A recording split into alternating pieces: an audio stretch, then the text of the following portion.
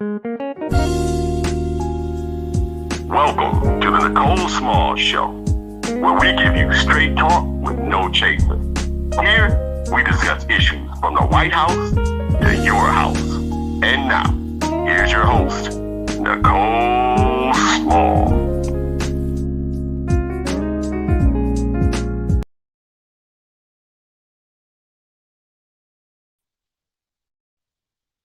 Good morning. So let me start off. I know this is going to be an interesting discussion today, but listen, I really and truly, I stand behind what I have been saying. I appreciate all of the support.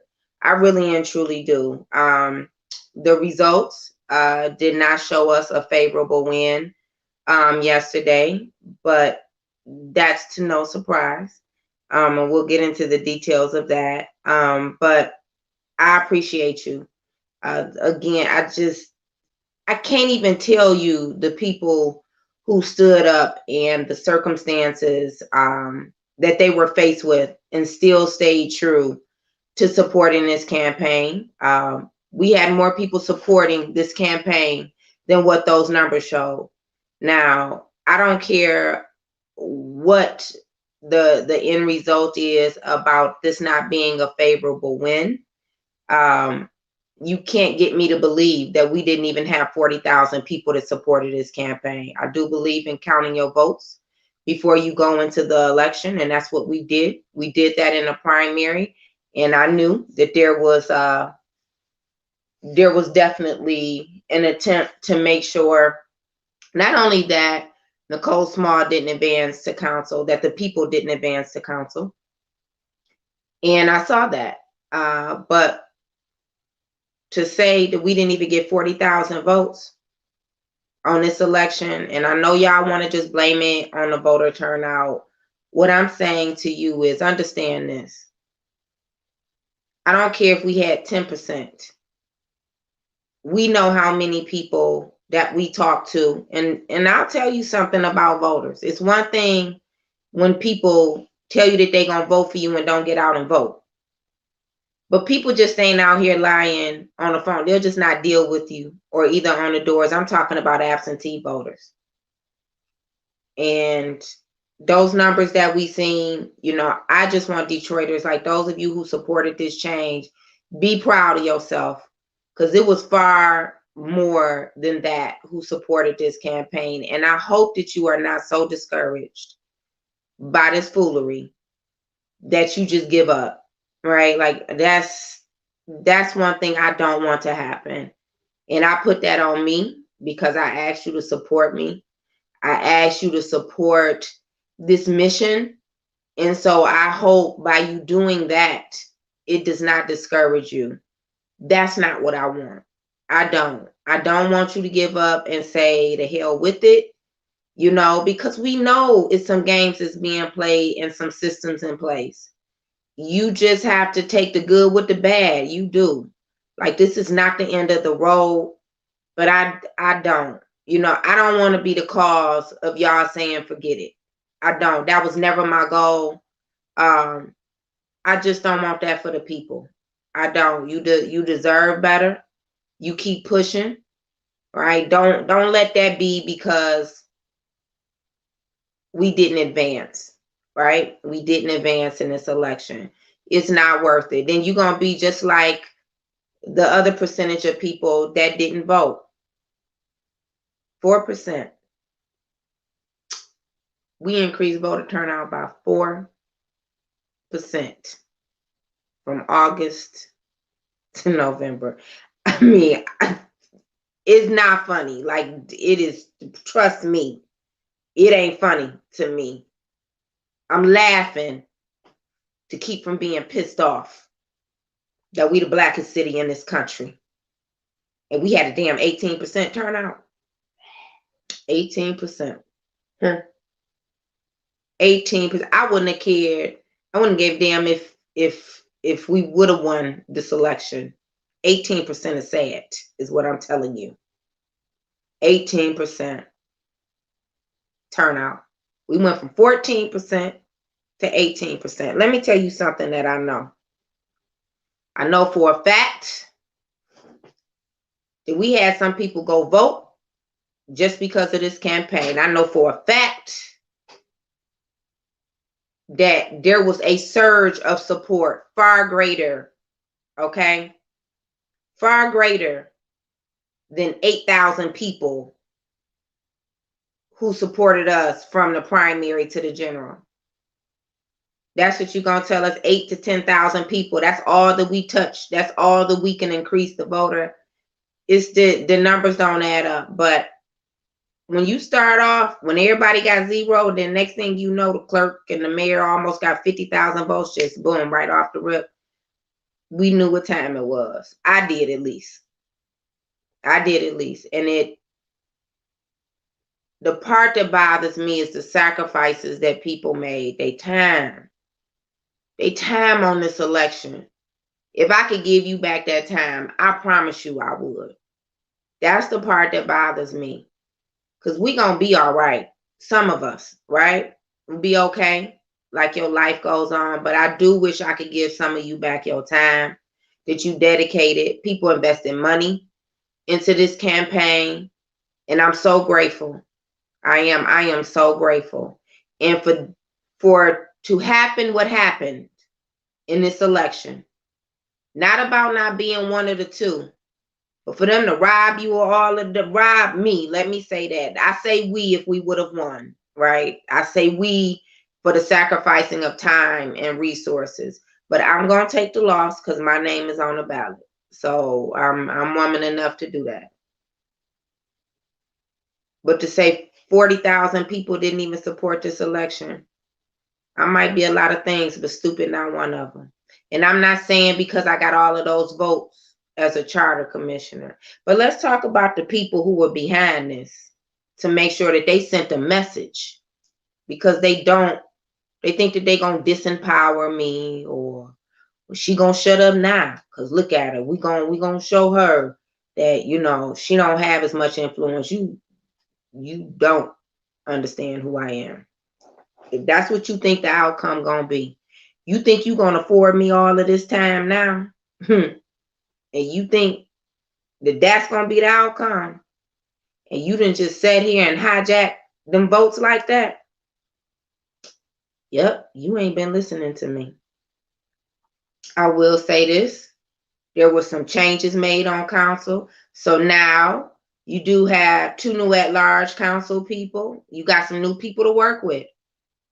You got some new district reps, Letitia Johnson and Angela Calloway. I don't know what the hell y'all doing over there in District 7. I've been saying that the whole time, like I don't know what's going on. So I know that's a bit of a tug of war over there. It is so close. I don't know if they're going to find, you know, how they'll find another container of votes or whatever they're going to do. So we'll see how that pan out, right? But you have some new district reps to hold accountable. They fresh and new. Now what you going to do? Pat them on the back, or is you going to sit them down and tell them what your expectations are? With all of them. With all of them. I would hope that we've learned, if nothing else, that much, right? That we don't have no time. Because you best believe that they didn't already receive the phone call from the administration. Trust on that. Because you know what? Mike Duggan does what he has to do and what he sees fit. While I don't stand behind him, and I just, you know, you gonna tell me Anthony Adams only got 20,000 votes? The way they undermine our intelligence.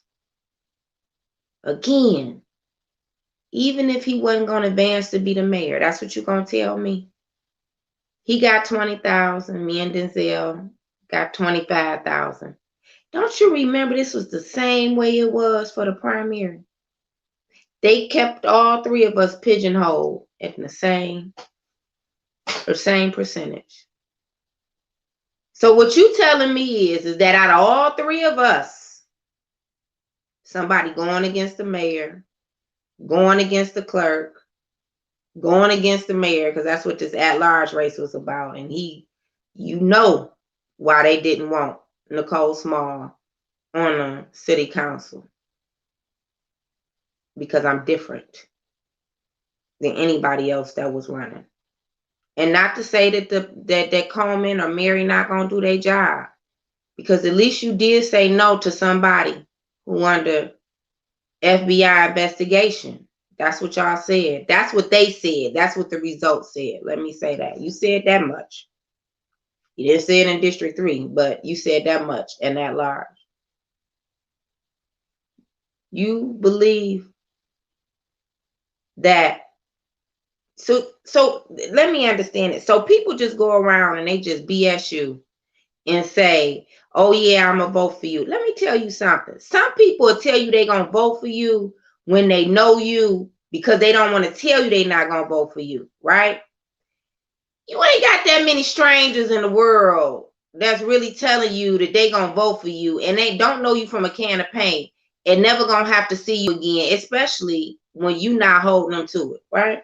They just, people can BS you, but that's not really how it is. So you gonna tell me that 3 different elections couldn't nobody, I don't care if it's an 18% voter turnout, you gonna tell me nobody can expand their base? I know it was some people who didn't know me, that when they met me, I know it was more than 8,000 people. But I know we had more than 25,000 votes. Win or lose, I know we had more than 25,000 votes.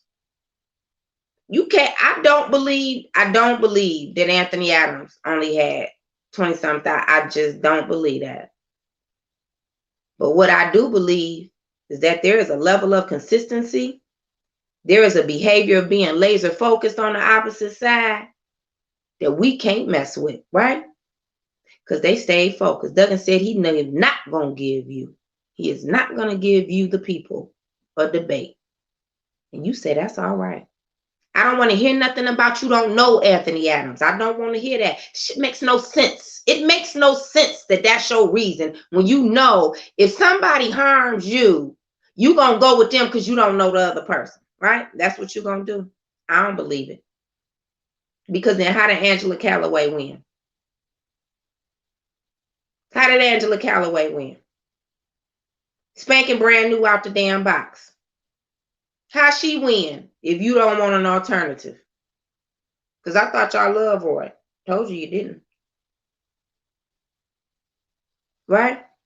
How that happen? So people are able to make better choices.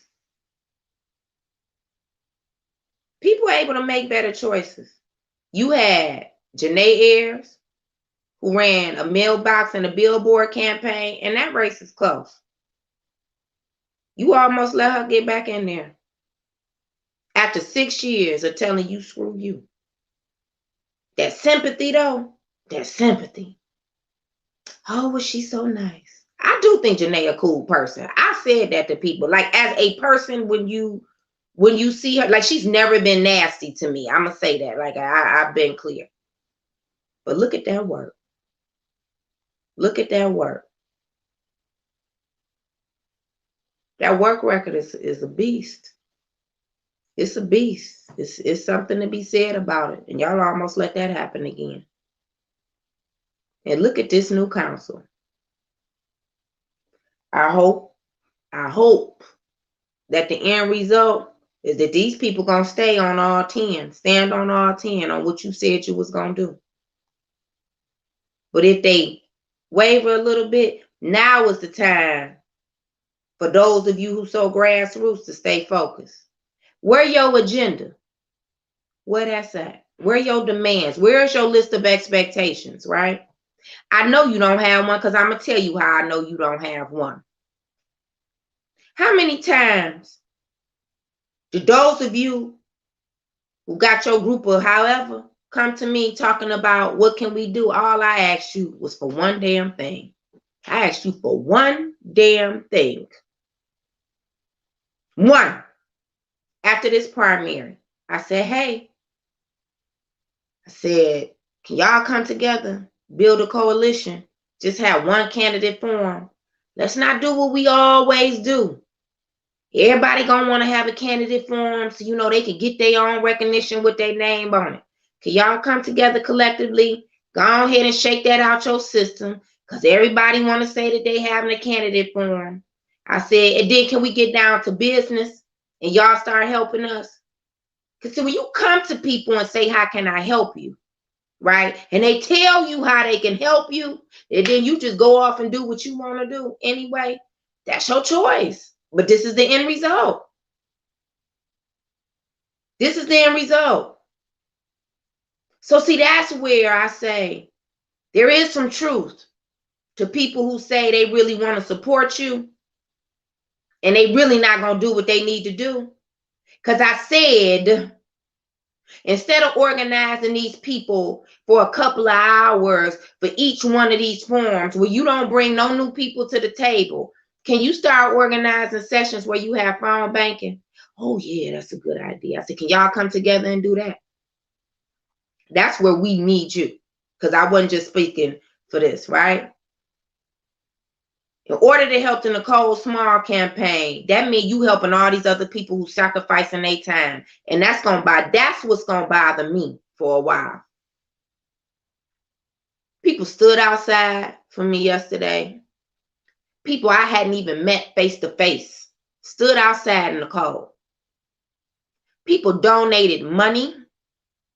If I knew that they was gonna screw you like they did, and you gonna tell me we can't even get them numbers? But part of the reason is I said from the beginning we have to have a buffer. I said that. I couldn't make it any more clear to you that we need a buffer. But some of y'all don't get tired of losing. You like this. You feel so comfortable with it. You done set all down in it, laid back and everything. You done made the imprint in losing because you like it. I said, don't do this. I said, because that other side, stay focused. Duggan didn't even run a billboard with his face on it. He ran a billboard full of lies talking about what he did when he didn't do that. And he was only telling part of the story, right? Coleman didn't come out for you. Mary ran breast cancer advertisements and won. That's what she did. Still glad they on there as opposed to what the alternative was. I am. Outside of Nicole Small. That's how we winning around here. Screw the fact that we telling you what's going on and bringing you some solutions to the problem. And you know why? Because I know that there's a disconnect with the majority of voters in the city of Detroit to understand that a lot of stuff that they were sold during this election season was bull crap. They not going to do it. They can't do it. And they have no intentions on doing it, right? Because Duggan ain't about to give you all this affordable housing. And some of these other ones running for council don't. Look, but we do have a new council. Now, let me say that. We have a new council. And that is one of the things we asked for. But getting back to how the other side stay focused, they like this.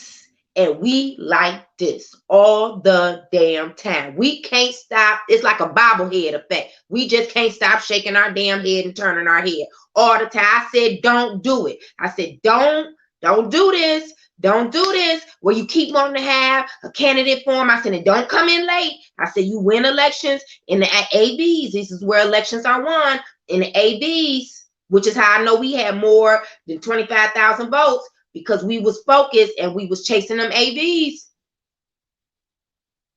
This is how I know. And they know that we was chasing them AVs, right? So all I said was, can we stick together on this one? Can we stick together on this one to send a message that we sophisticated enough to understand how this game go? We were never going to stop. We were never going to stop them from doing, to some degree, what they do down there with these ballots.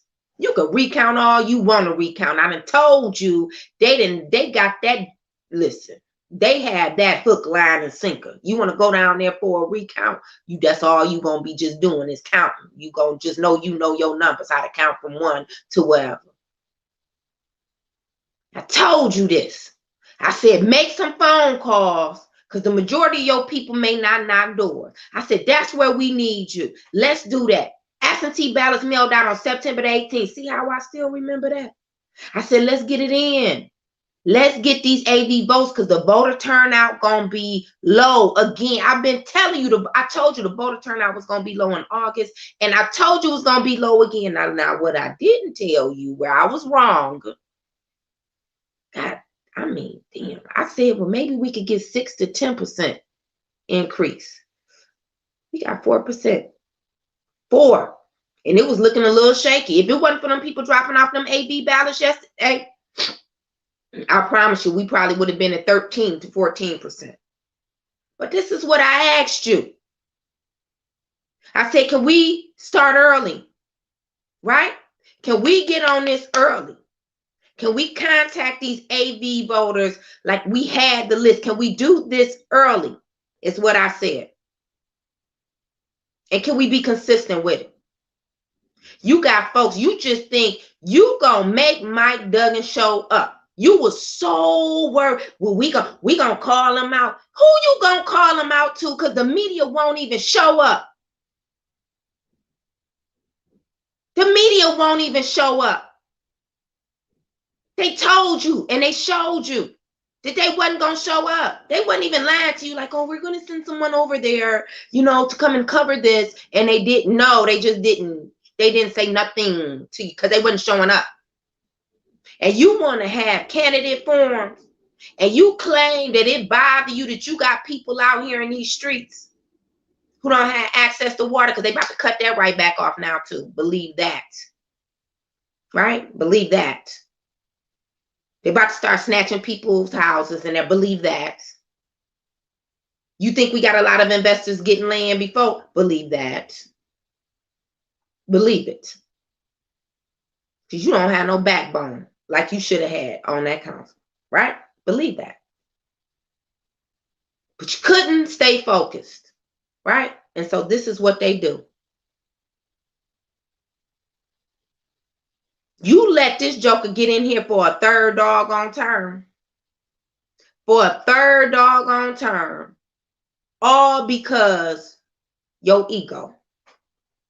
Because of your ego. These elections are won in the AVs. I told you it was going to be a low voter turnout. I told you that. And you still having candidate form. And those of you who got so distracted by these proposals, no wonder why people are always telling me, Nicole, don't let them disappoint you. Nicole, I don't know why you wasting your time. That's just because they all want me. They want me to stop raising all this hell and talking to y'all, but I don't pay no attention to them because they probably tell you why you support Nicole. But no wonder we couldn't even get this right. You just don't get tired of getting your ass whooped. You just don't. You like it. This whole Ike Turner, Tina Turner situation, I ain't with it. That's what I'm telling. I'm not with it. You couldn't just stay focused for a few months, is what I'm telling you. When absentee ballots came out, they were mailed out on the 17th, because I told you the 18th was a Saturday. And you still pulling people in every direction. What is the point of having these forums? Just somebody explain something to me. What's the point of you having these forums? Within 14 days of the election, like not the candidate forums like for these organizations or a block club who notice it, but like it's the same people. And they look at that. They look at how they know that they can handpick how to create an entire council. They look at that. They look at how we still doing this like a bobblehead because we just can't stay focused. And we gonna just, and what we gonna do about it? What you gonna do? What you gonna do? Because they done told you 20,000 people. Only 20,000 people voted against Mike Duggan. When we go out here in these streets, see, that's the part. I'm not telling you what somebody else told me somebody else said. I'm talking about talking to people.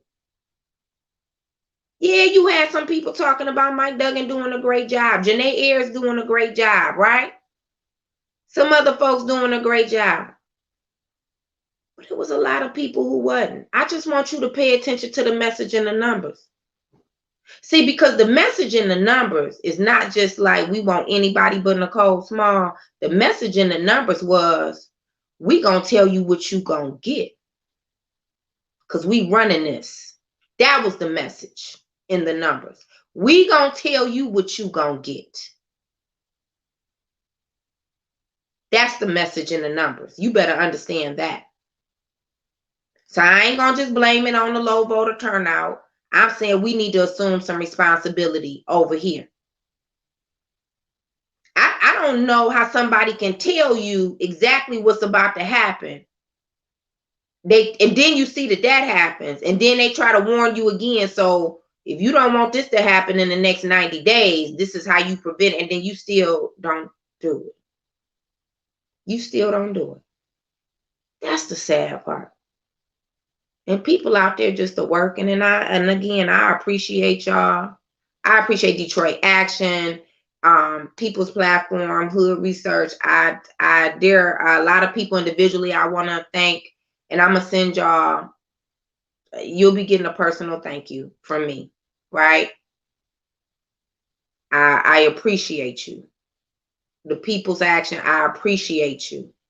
I appreciate all of the help. I do. But man, we sure enough, we too distracted. For them to serve this to us, and they know it ain't nothing you gonna do about it. They know it ain't nothing you gonna do about it. And these organizations who stood up here and you supported this foolishness, we gonna see how that's gonna work out for you. Because if I don't know how to do nothing else, I know how to organize. Thank you for my time back. Thank you. Thank you for giving me my time back. Let's see how I'm about to use it. Because if you think I don't have no plan B, shame on you. We're going to see how these tables going to turn around here. Thank you for giving me so much time. Thank you for allowing me to build a broader base that I have access to. Thank you. Thank you so much. I appreciate that. Because I ain't about to sit up here and go on no rant and be bitter about no doggone election. I'm not about to hate on the people. I'm not about to tell y'all, screw you. None of that. I ain't about to do none of that like some people. We didn't win. So be it. Today, November the 3rd. Yesterday was November the 2nd. But thank you. I appreciate you. I appreciate all of you again who stood by me, and those of you who don't regret supporting this campaign. Some of y'all might have some regrets, and I get this too, because it's a lot of bull crap going on. Right? It's a lot of bull crap going on. But if we don't get focused around here, if we don't start weeding out the problems, those who keep standing amongst us and don't do nothing but run a damn muck, right? We got too many fence straddlers. We have too many pretenders around here. Oh, some of you claim to want better for the people, and you just be damn boy. You sure enough was trying to shake me. But like I said, some people I don't have to address personally, because you on 4 flats, you ain't going nowhere, no way. At all. You gonna stay right there in your misery. That's just where you gonna be. I can deal with you anytime, because you're gonna be in the same place doing the same thing. Not going nowhere, spinning your wheels. That's that part of it. And that's a part of politics. It's a part of politics when you got people like Bankalay on here trying to drag my name and everything, and you ain't even got your facts together. But see, you don't say my name, you say other people name. Probably today you're gonna probably start saying my name, and that's cool, because I could deal with that too. And the rest of y'all over there and all the little slick stuff that y'all tried to do, right? That's okay. But the part that's not okay, It's how there is an agenda, a system in place to take advantage of the people. But if y'all don't want no better for yourself, I don't know what to do with that. I've always said it. We got an 18% voter turnout in a city where we just had $1 billion on the table that was allocated for you. And they took that, and you know what they did with it? They slopped it up like it was gravy on the plate. And the money was the bread, right? The money was the bread, and they slopped it on. They went on ahead, and they had the gravy, and they just slopped it up, and they ate it. And now their pockets is fatter. Now their bellies is fatter. That's what they did in a city that's crumbling. That's what they just did this year. This year. And you got an 18% voter turnout. When they gonna y'all better get to using them bike lanes, because that's all the hell you gonna get. You better get to using them bike lanes, because that's what you gonna get. We got an 18% voter turnout. We couldn't even get 100,000 people to turn out to vote. 100,000 people where we got 500,000 registered voters. How sad is that? And I ain't blaming it on poor people. Nope. But look how many seniors didn't even get their ballot. We're not even going to talk about that, right? We just going to ignore it. The fact that we have so many seniors in this city who've been voting that didn't even get their ballot. That's okay too. That's okay. That's okay. To let them do our people like that. That's okay. That don't bother you. Because you know what? Y'all gonna show enough rally them next year, though, to go vote for that ticket. A woman who tried to suppress your vote for your city's constitution. You gonna back that? You gonna back that for a woman who live in another woman who live in this city, who the Secretary of State, and wouldn't even make sure that our people were informed that it was an election? You gonna back that too? You gonna back it, and you know you're gonna be passionate about it, because you know what, we cannot have Chief Craig, and we cannot. What do you have? This is all I want to know is, what do you? I'm not telling you to support Chief Craig and nobody. I just want to understand, what do you have now, right? What do you have now that you so passionate about keeping that, because you're afraid of what else? Explain that part to me, right? Explain that. Not explain it. Explain that. I need you to explain that part to me. And you gonna rally to get out to vote for them, but you won't vote for your own. 18% in the blackest city in this country. They cut your unemployment. Like, I don't know if you're gonna get another stimulus. Like, I don't know. I don't know what you gonna do. The blackest city in this country, 18%. You let a white man who don't even want to live here, who cut your water off, who taking your businesses, who taking your doggone houses, right? That's what you do. And you let this joker not even have to turn out 100,000 people, and that's what you support. Something wrong with that. Something wrong with the fact that they could tell you that consistently they gonna dictate what the outcome is, and you just gonna take it. You just gonna take it. 18% voter turnout. Well, I got other options in life. I do. 18% voter turnout. Where to fight at? Because that's not no fight. That's people who sleep. I don't know if we got this city is comatose. I don't know what's going on. Now, Duggan wouldn't come out and do a debate or do no interviews, but he was the boy. He couldn't wait to get up there, chinning and grinning, right? Couldn't wait. But that's all right. That's all right with you. Let's take a caller. Good morning. Welcome to the Nicole Small Show. Good morning, Nicole. I want to thank you for all that energy you put in running the race, and you can always hold your head up because you did your part, as well as the rest of the team. for you did they part. But let me say this. I'm putting a middle finger up for these Negroes in Detroit that had them signs in their yard, even to my sister, my real sister. You know, I told you about her. I think Duggan was doing stuff. I don't pull no punches. I don't care if they're in the family or not. If they full of it, they full of it. And I want, if I spoke the way I feel, it would be all cussing words. The hell with this, damn this, because these Negroes don't want shit in Detroit, but the same thing. These activist group, Baker Lake ain't his weak ass be on the show. He talked tough on the show, but I remember when Sam grabbed his ass one day or one time and collared him. He didn't do nothing. He's a sucker.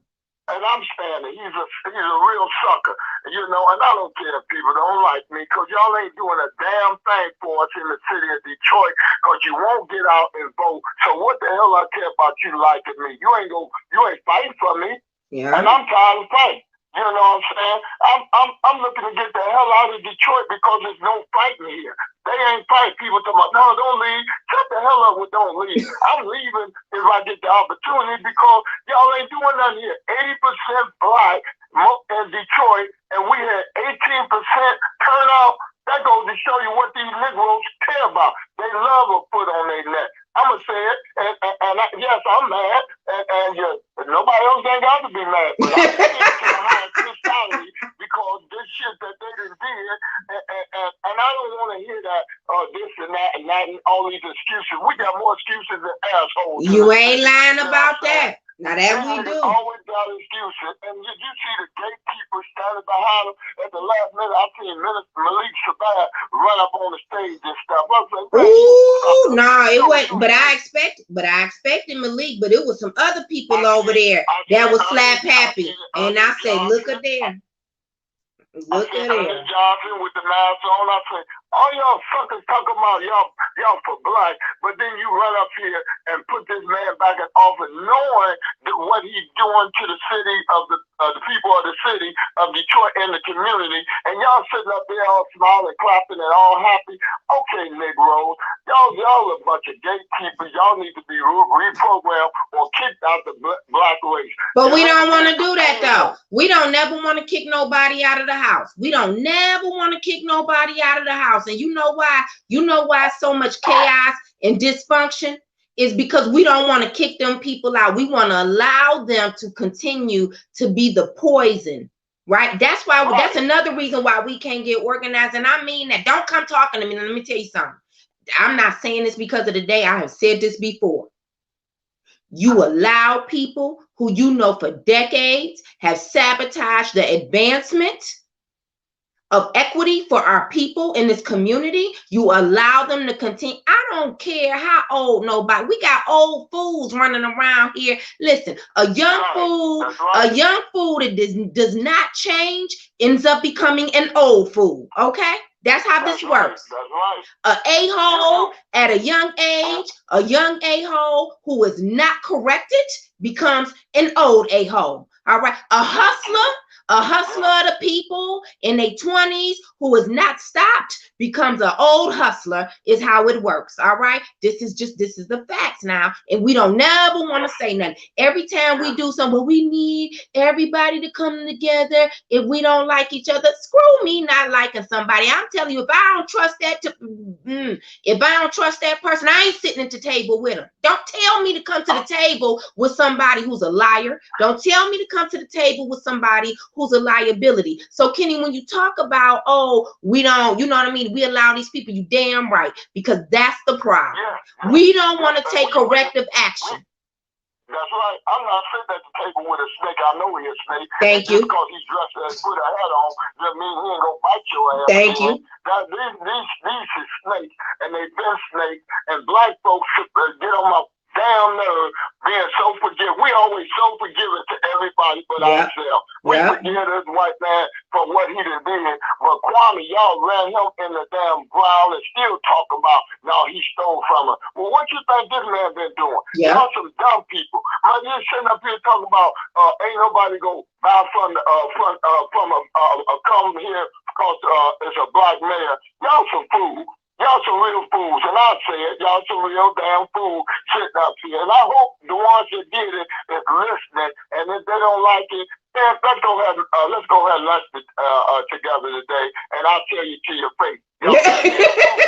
You know what I'm saying? I ain't saying it because I'm on the show. I'm saying it because that's what I mean, and I would say it to your face. If I could say it on the show, I could tell you to your face. But no, that's the problem, though. We got all of these people. They so tough. They keyboard activists and gangsters and everything. And then here they go. You know what I mean? And then these black men. Like that's why I'm bringing up like you always got something to say about some doggone black women or something or whatever. But I don't never see you bucking up against no real doggone black, not in their face or whatever, right? And then when you lie on people, like I can't stand no liar, right? I can't stand nobody who be lying on people. And we got some of these folks who so-called activists.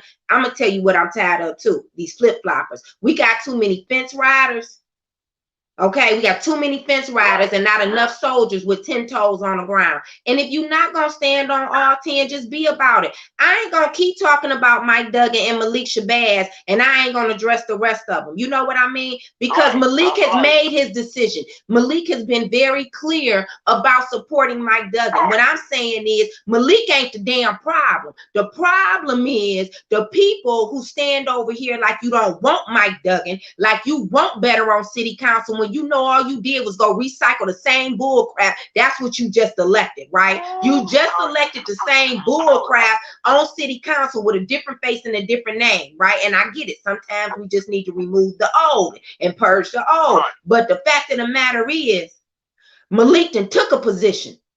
And he's been clear about his position. It's about those who standing over here. Oh, Mike Duggan need to go, and I ain't gonna back him, and I'm ready for him to go. And all you doing is, here you go, Mike. Let me help you, Mike. Let me help you. Let me help you get a council in here who gonna be weak. Let me help you. Let me help you get reelected. Let me help you. Let me help you. Let me help you.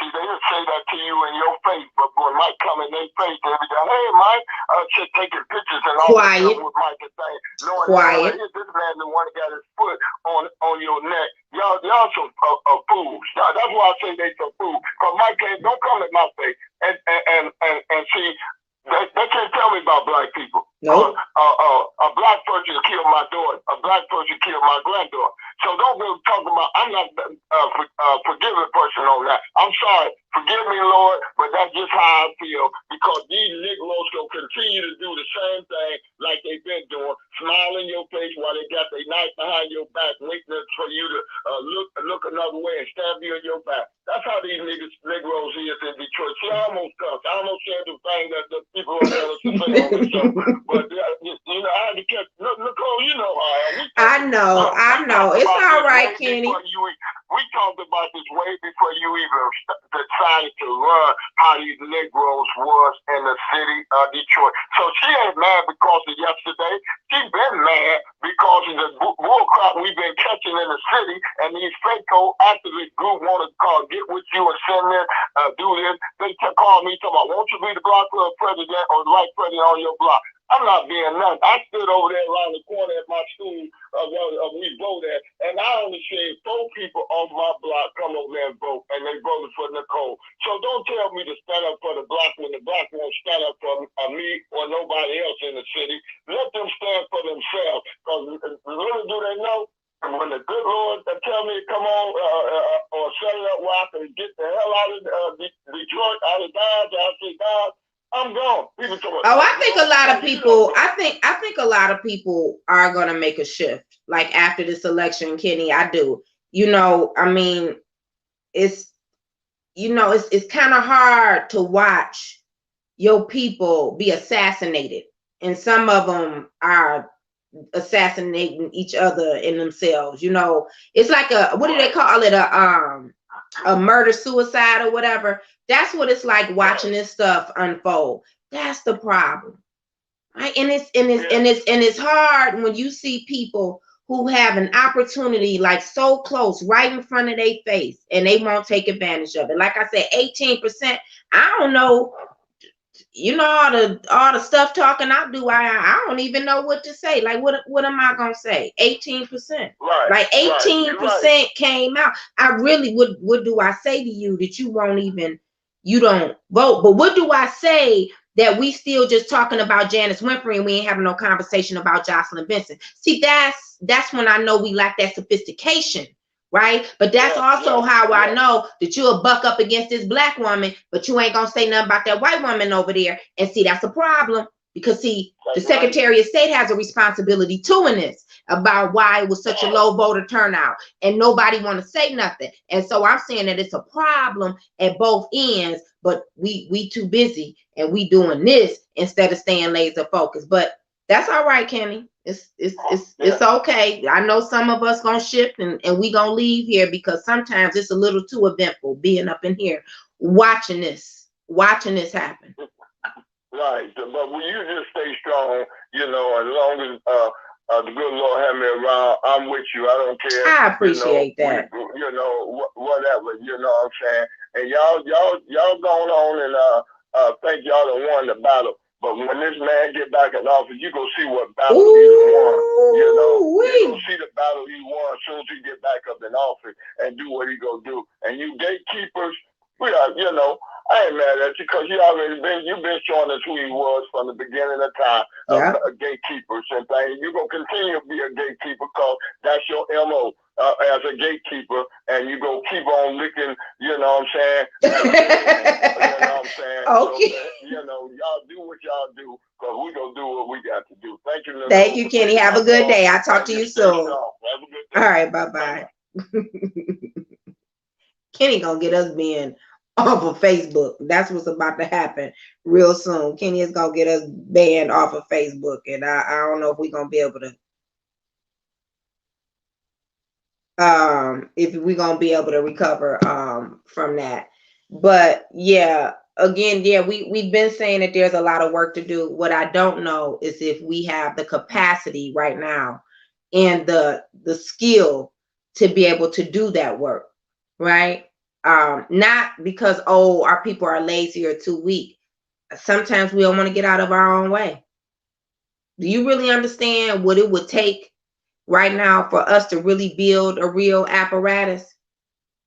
It's going to take some sacrifices, and it's going to take some real decisions of saying this not for you. And I don't even know if we want to do that, because we always just want to be so, we love to be kumbaya when we don't want to tell somebody that they can't come to this meeting at the table.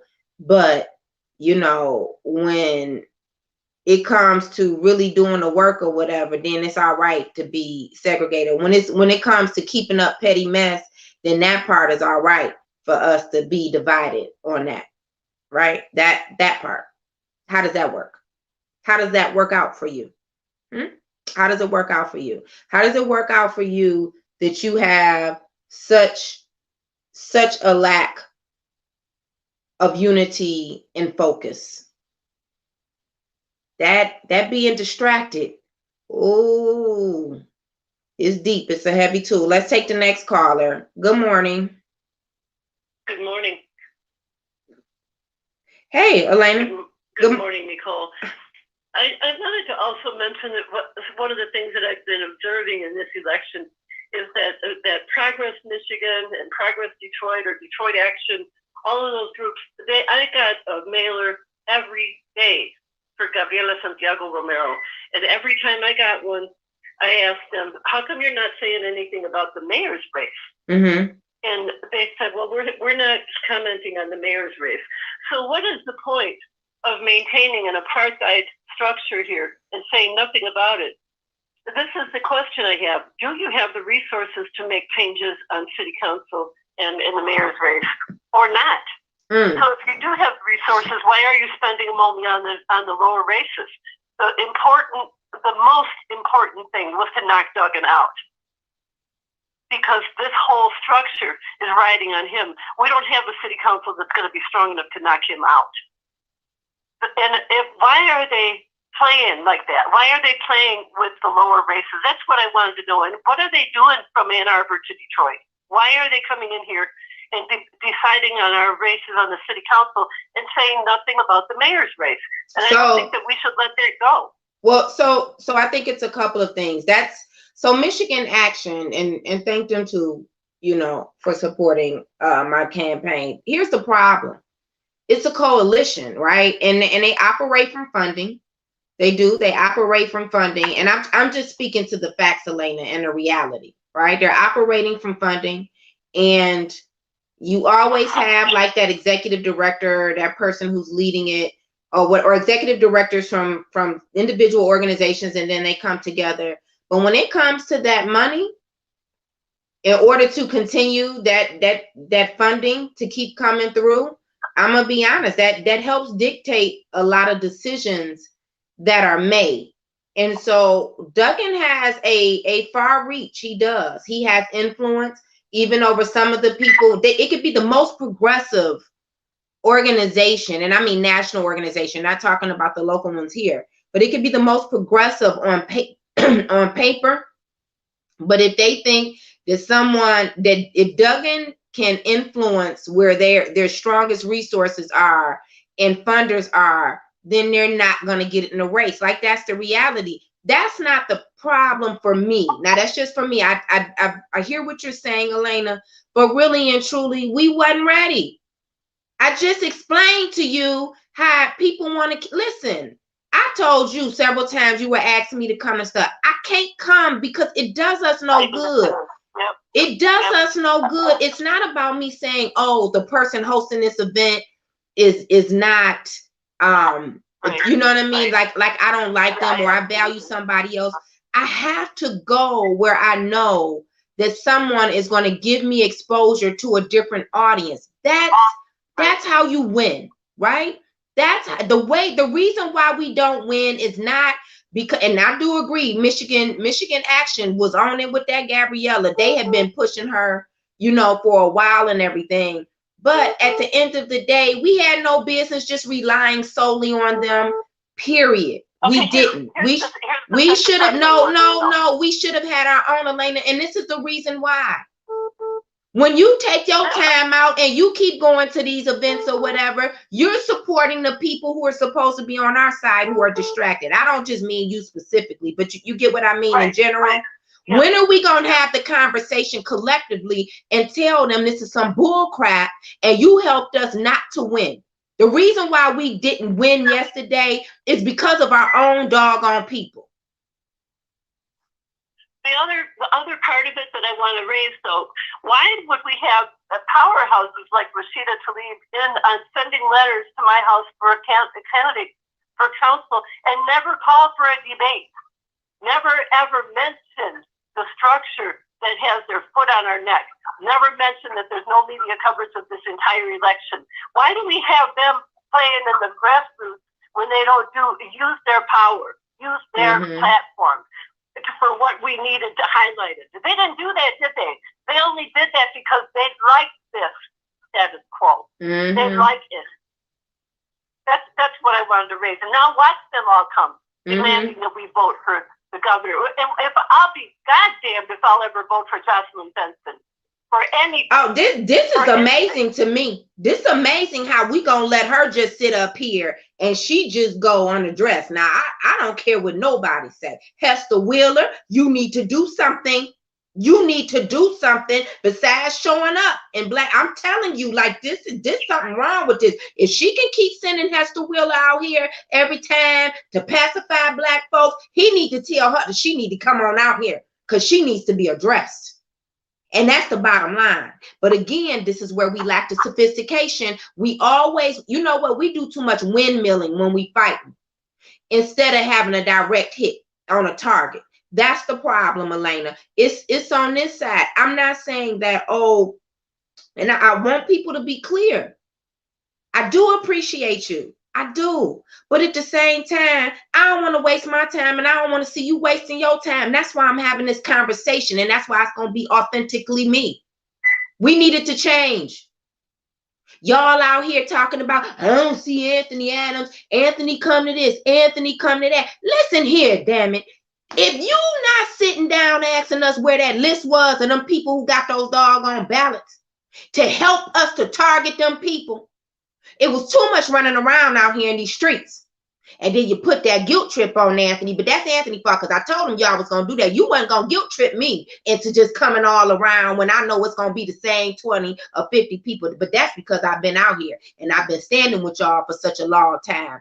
I know the game. I know the game. But y'all guilt trip Anthony Adams into coming all around yonder. We should have left him the hell alone, and you should have been on the doggone phone trying to get us some of these doggone votes. Because we didn't even get credit for the votes that we earned. But Elena, that's the problem. It's not the Michigan actions, because Michigan action is fairly new.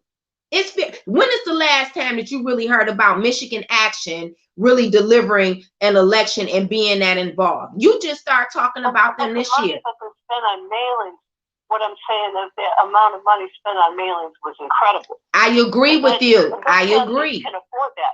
But how are you going to have an influence over what Michigan Action do with their doggone money when you don't have no influence over these same 20 people that you keep looking in the face every time you go to an event for year after year after year? I know. That's our fault.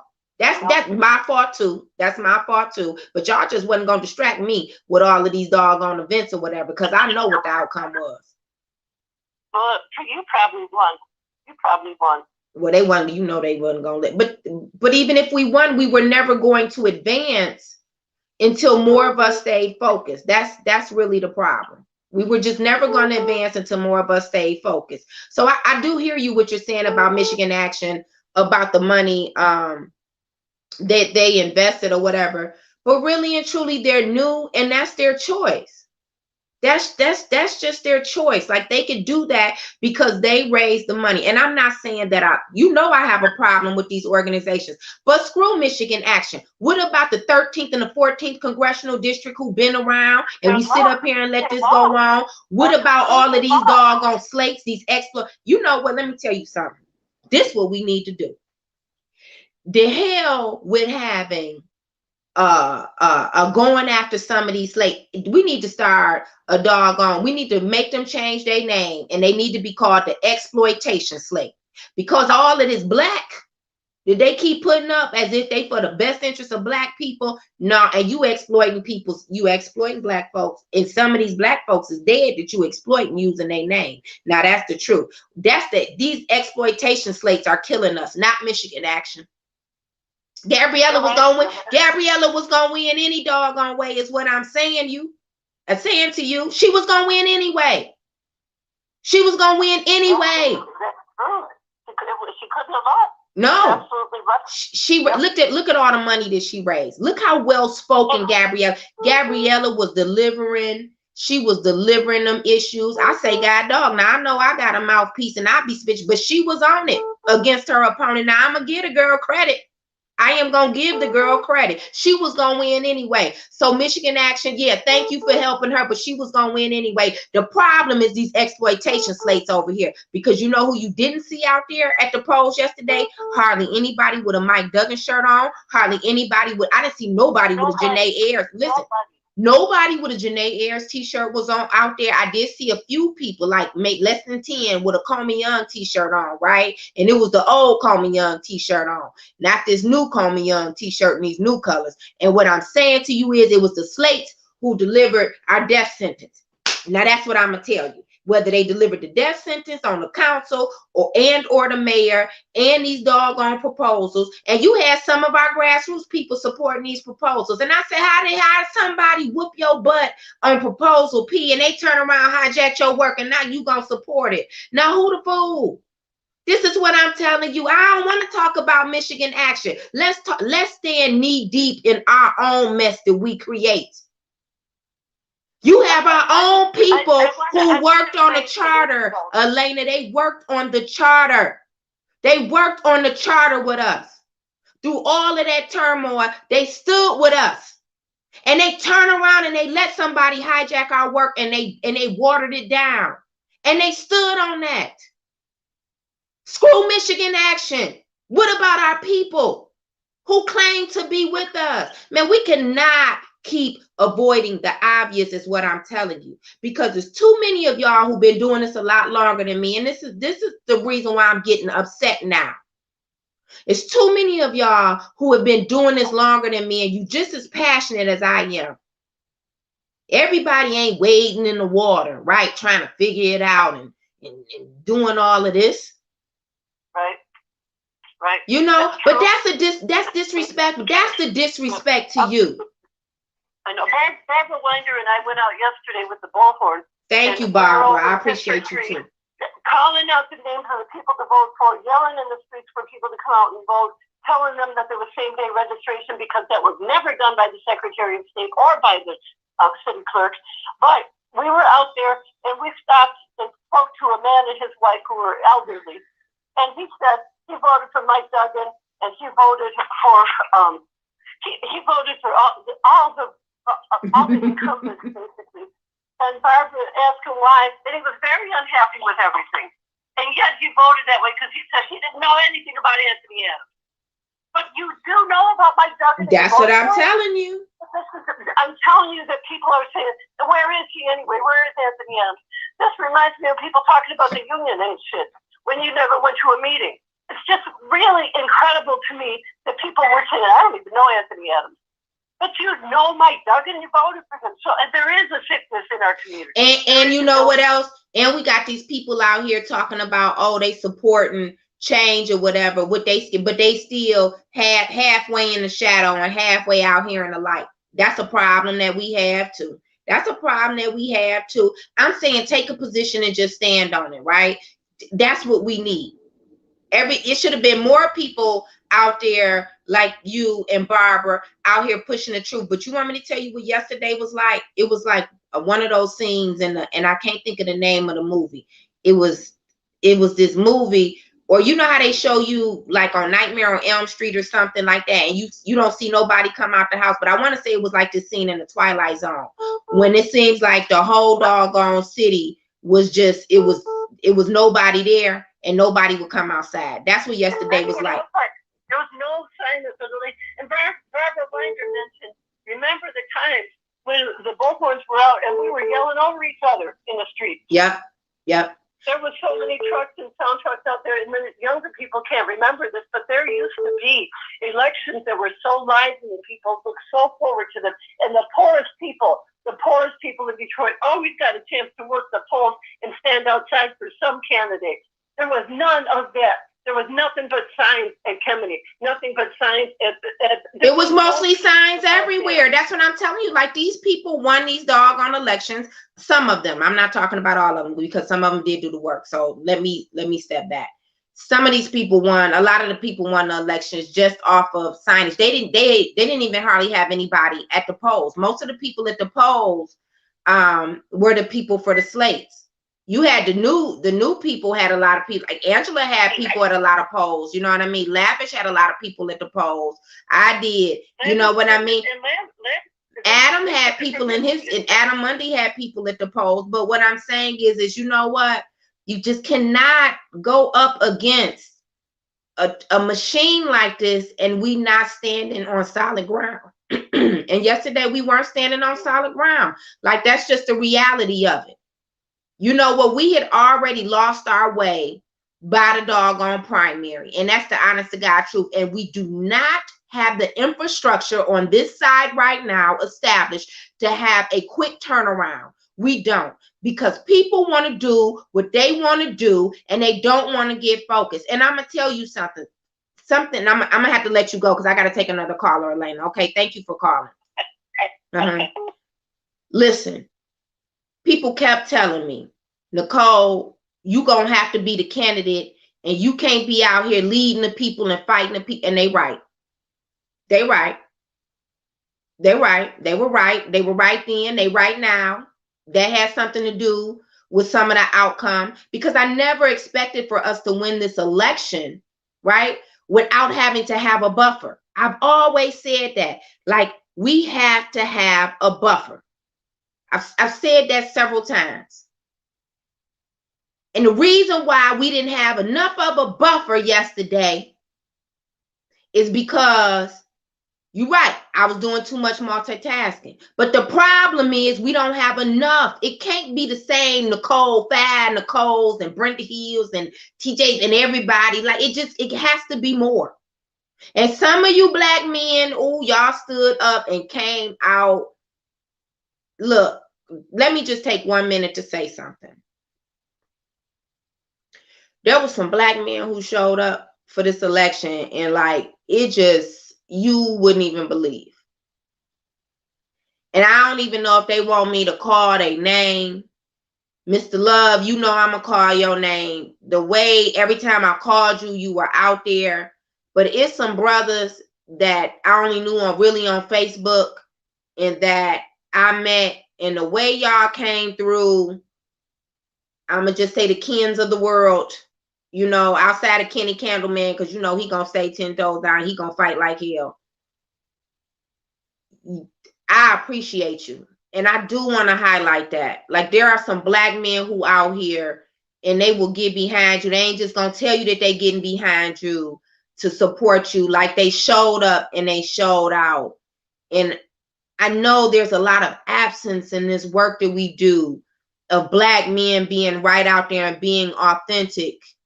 But man, I appreciate y'all. And sisters, y'all always show up, right? From the fact that I had a Joanne Watson, a Teola Hunter, and an Alberta Tinsley to back me without just blinking an eye, and all of you other, I'm just only mentioning them because they have been elected. Let me tell you something. It's some sisters who stood with me and who ran this campaign, and I'm thanking y'all personally. Okay, y'all did that. And the way that people came together who can't stand each other, who be arguing back and forth, but y'all was like, look, we gonna back this campaign. I appreciate you. I do. We need to take advantage of that, is what I'm saying. And we need to do better by ourselves. We do. We need to do better by ourselves, because no one else is going to treat us any better than we treat ourselves. We got to get focused and build this political apparatus. We do. Let's take a caller. Good morning. Welcome to the Nicole Small Show. Good morning, Nicole. Hey, Brenda. Another soldier. You all covered a lot of topics, and I hope the listeners are connecting the dots. I'm going to talk about two things. I'm going to talk about the number. Less than 9% of Detroiters control the rest of us. Right? Those are the numbers. This is not an insurmountable amount of people. We have so many activists that waste our time. They're at the microphone. They want you on the phone. They calling in the shows. All of that. But they can't get 10 votes. That's it. Yeah. That's it. We needed another 12%. We would have won everything. This number is not insurmountable. It is us. I'm not going to talk to no ducking people. Nope. Like you said about Malik Shabazz, we know we ain't there. Why waste your time? But we have to stand there and beg people that we've done stuff for, done stuff with, supported them, and they can't get 10 votes. They didn't even try to get 10 votes. I'm gonna call a couple of names.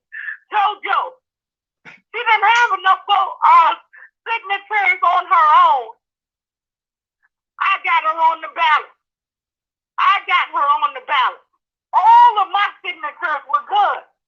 I was about to say another B word. Disloyal and ungrateful. All the stuff you've done for her.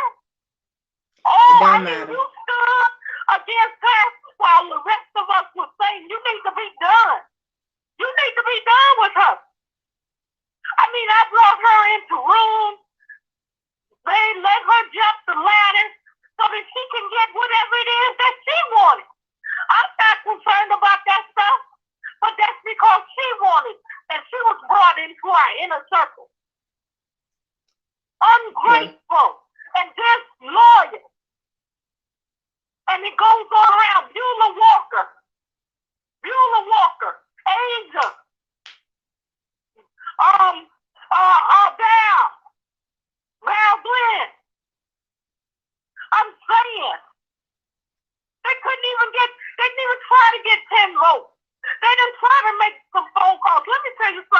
about me and you.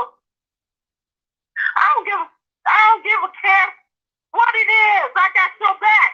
Yeah. I don't have to agree with it. Yep. Because I know you got mine. Mm-hmm. That's all. That's all. I'm gonna give everything I can give. I appreciate everything that I too. can give. I'm gonna give to you. Because you know what? I don't have to watch my back with you, so I'm gonna have time to watch these other shysters. And we sure got some shysters. That's it. This is an insurmountable number.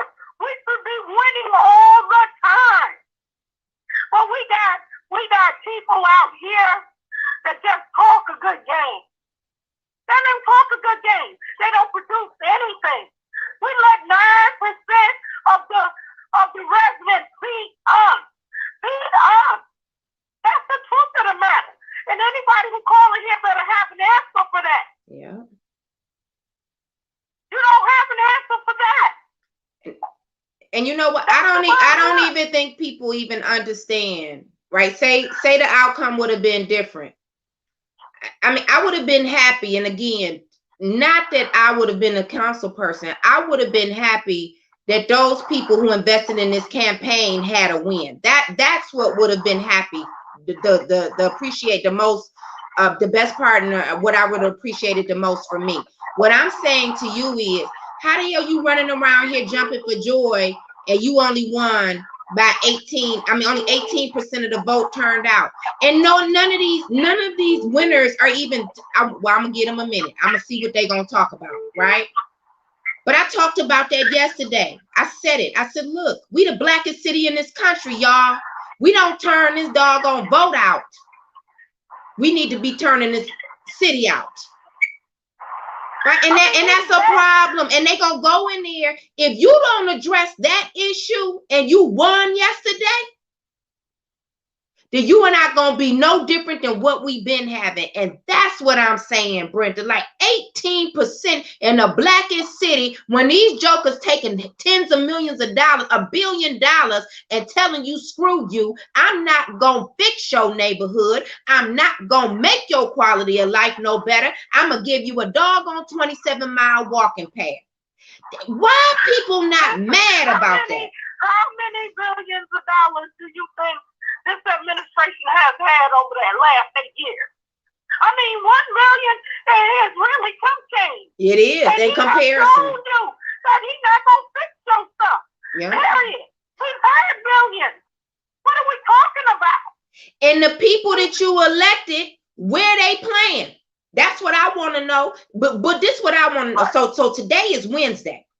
I want to see how many people by Friday gonna go to this. I don't care if it's an incumbent or a newly elected council person.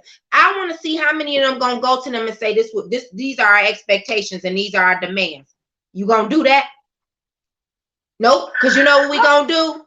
We gonna just go ahead and be like, oh well, you know what? We got somebody new, but we not even gonna. The accountability starts now. That's what I'm saying. The accountability starts now. Yeah. You know, but we just gonna keep going along or whatever. Oh, you just 18% turned out. Pat yourself on the back, my butt. 18% turned out. That's not even 8% of the 18% of the residents. That's 18% of the people who are registered to vote. So that's really like 12% of the residents. Yep. That's right. And I heard someone say, what did the 13th turn out? What did Rashida Tlaib turn out? What did she turn out? Yeah. We're the second poorest district in this country. Poverty has gone up. Where was she? Let me tell you. Jonathan Kidlock? Where? Listen, you can talk about Reverend Anthony all you want. That turned out a few votes. Guess what? They people were at the polls. You see? They people were at the polls. You see?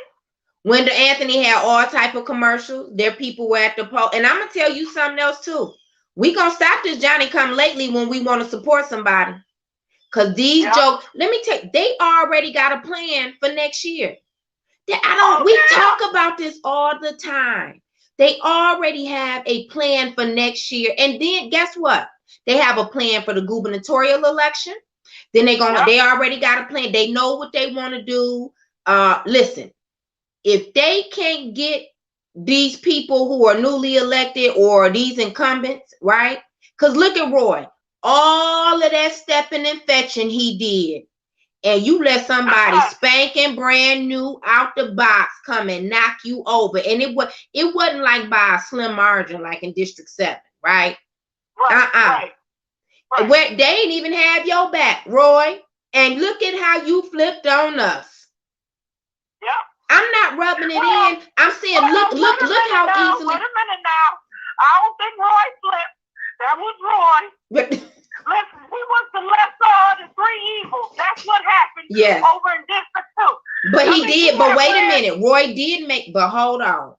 I can't let him get away with that.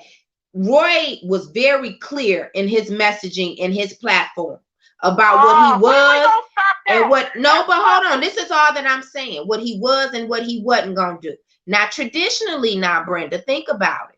We get a whole lot of hemming and hawing and a roundabout. No, Roy was delivering it, and I agree with you. This is who he already was, right?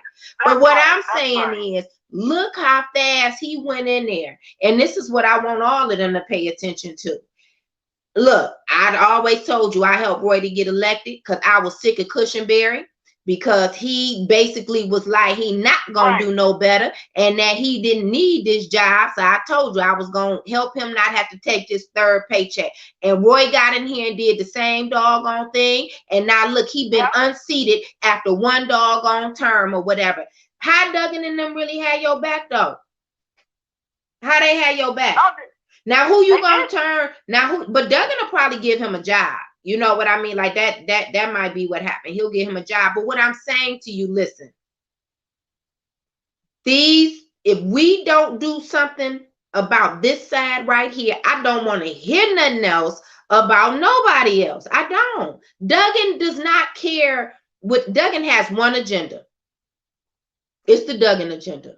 And it's what's best for Duggan and his people. We are not his people. Okay, those black folks standing by him are not his people. Not because he white, it's because he don't care. They disposable to him too. And Duggan has always been that way. See, Duggan hasn't changed.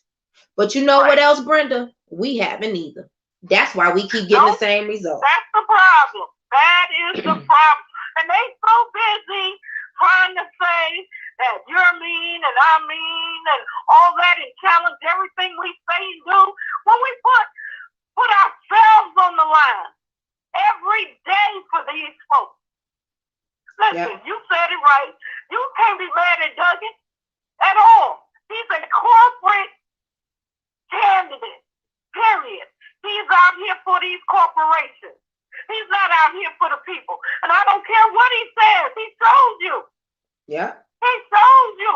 Billions upon billions of, how many billions do it take to get a Negro a decent house, a decent education? Really? How many billions does it take? That's right. So he's telling you, he ain't said nothing about Dan Gilbert not coming through on that choo-choo train. We ended up having to pay almost $300 million for that. Nothing for Duggan.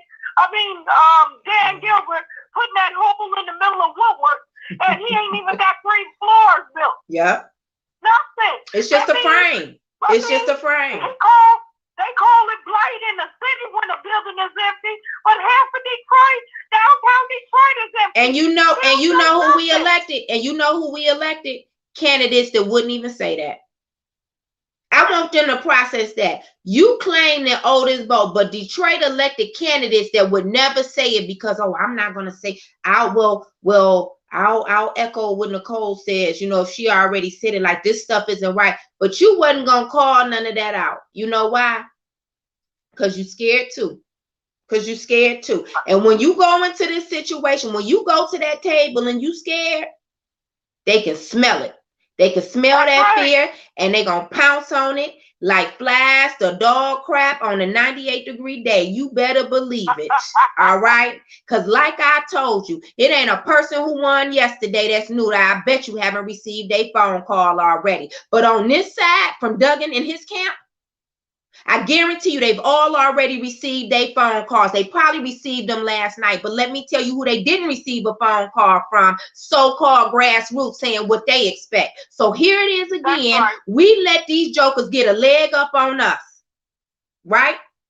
I bet Angela got a call. You know Letitia got a call. You know what I mean? Right. You know Gabriella got a call. Right. You know they received it. And Fred got his call already too. Because he already had his billboards. They probably called Regina too, because you don't know what's going to happen now. That's one thing about Duggan. Now, he will put his money in different pots, and he will let y'all duke it out. He will let y'all black folks just duke it out against each other. But what I'm telling you is, they received a call from the other side. Now, what y'all going to do? Right. Now, what you going to do? Where your call at with your list of demands? That's what I want to know. Listen, no, they're going to let me and you and Elena and Barbara Weiner put ourselves out there again saying what we want. Yeah. And then they ain't going to back up. They're going to take the chicken dinner. Yeah. They're going to sit up here. Why? Let me say this. Why I heard people talking about the election was quiet. It was not quiet. Every day, all it was day. No. The voices of the election was silent, but the people that we've been talking to loudly. They heard us. How many senior buildings did you go to? We went to about more than 50. More than 50. So that's a couple of hundred seniors in each building, right? Yeah. So you done went to more than 50. That's at least 1,000 people or more, right? How is it silent? Yeah. How is that silent? How many Zoom calls have you been on? How many Zoom calls have you invited people to? I'm gonna put a couple of thousand, right? Yeah. So and you that's get 10 to 20 on there. That's another 20,000 folks. I mean, how is it silent? I'm talking about walking up and down the street, dropping lit, all of that. That's another 40, 50,000 people. How many pieces of lit did you buy for this campaign? Oh, we bought more than 150,000 pieces of lit. Oh, that's 150,000 people. How the heck is it silent? How? Yeah. But you let people who not even for you take your money and treat you like crap, and then you let them tell you what the heck is going on. How that work? Yeah. Well, that means that you done touched over 200,000 people, right? Mm-hmm. How you didn't even get 40,000 votes? Oh, they can't tell me we didn't get 40,000. No. That don't even make sense. That's my whole point. The message that was sent yesterday was, this what you gonna get, and this all you gonna get. And if I decide that you are gonna get this, I'm gonna take this away from you too. That's what the message was yesterday. This is so manufactured, but we knew it was manufactured going in. Your neck should be sore because you just got lynched in Jim Crow. I know the feeling. That's true. That is so true. That's why people out here talking about what you didn't do and this and then all that stuff, and then you want nobody standing behind you. And I'm not talking about some folks that was out there with me in Redford and those that was at 10 weeks at Janice Winfrey house. That's how you fight back. Yeah. That's how you fight back. You don't let the crap go. Still fight. When I was out there, I told you she don't even live in the district. I'm out there on reconnaissance and stuff. But see, that wasn't enough. I'm saying, what did you do? That's right. What did you do? That's right. I'm gonna talk about the person who ran against Janice Winfrey. I'm the one who made her vulnerable. You think we had a conversation? You picked that up, my support, and the people who supported me were worthwhile. You didn't even ask for that support. It's It's a different day. I mean, it's just it's a different day. It's a different way of campaigning. And I'm, you know what, Brenda? No, but one thing, but wait a minute to your, you know, one thing that we didn't address, Brenda, is how we will stretch our people so thin who support us, right? I said this during the primary, and I said it after the primary. I said, you know what? We have too many people supporting the same group of candidates. Like, we need a slate. But, you know, I'm going to be honest with you. It's some people who won yesterday. They didn't want to be on no slate with us because they didn't want to be associated with this kind of smoke. That's what you do. What's best for you. You running your own campaign. But they want us to. But they don't want, but they want to take advantage. They want to take advantage of the influence we have. You know what I mean? Like, I know that game. You can't. I know that game already, right? You didn't want to be on no slate and come together, like, as far as pulling together our campaigns, right, and our committees and everything. You wanted to kind of, you ain't want to go against us. Now, you wasn't that crazy. You wasn't gonna publicly just go against us, but you wanted to stay in a safe zone. Well, and what happens when you stay in a safe zone? You divide up the doggone people, and that's exactly what happens. So now people stress in. I don't care what anybody says. The fact that you got people out there handing out 3 to 4 pieces of literature is stupid. Because what am I going to do? I'm not going to read 3 or 4 pieces of literature. I'm going to read this one slate. We couldn't even get that together. Do you see what I'm saying? Them organizations, I told them, I said, can y'all come together, 10 of you, and put your name on one slate? Just put your logo on one slate and y'all all back us. So then we had one piece of literature. Couldn't do that. You couldn't make no phone calls. And y'all couldn't come together. Now, Michigan Action did it. Yep. Michigan Action did it. And they got a mailer out there. They did it. Look at there. They did it. They did it. The Democratic, the Michigan Democratic Caucus, they did it over there wherever. They did put together a slate and put the people on there. What I'm saying is, what are we doing here? What are we doing? But go ahead, Brenda, with your last comment. I'm gonna take the next call. Okay, let's talk about the money.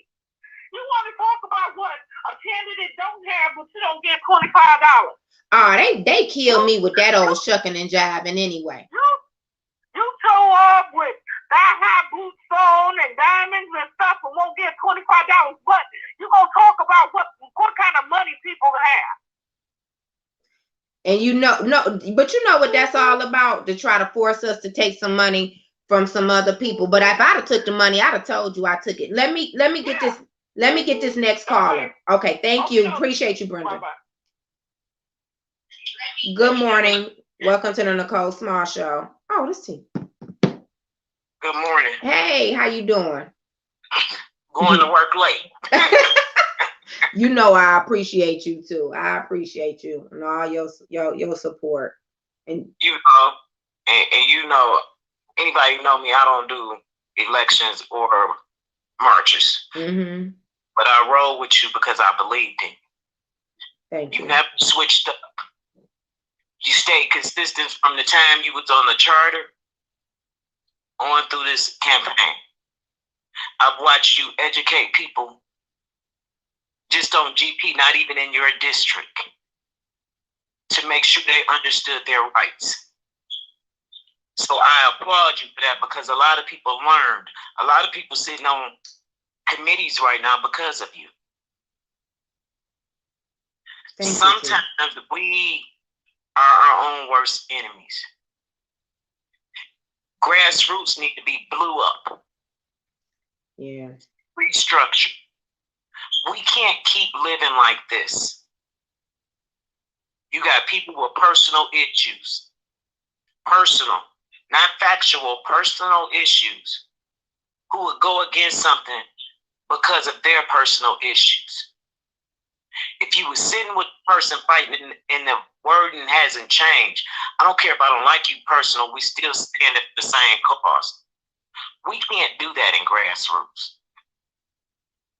We can't stand for what's right. We got to stand with what's for that person. And it's sad to say, out of the 30 years that I've been engaged in this, and I came in this as a kid, to watch the same shit go around and round in circles, like I told you from day one, I'll walk away from this shit before I die from it. Yep. Now, that ain't that the truth. My life is important. I know what to do to make sure my stuff is right. Mm-hmm. People gonna have to get off their ass and start doing what's right. I have a problem. We uphold too much nonsense. Ooh. We enable it. You had people calling gossiping on what was going on internally in grassroots, but couldn't call and get 10 votes like Brenda said. Yeah. You had people calling, you could gossip what was going on, but you ain't never once walked your ass over here to say, hey, let's get this message out.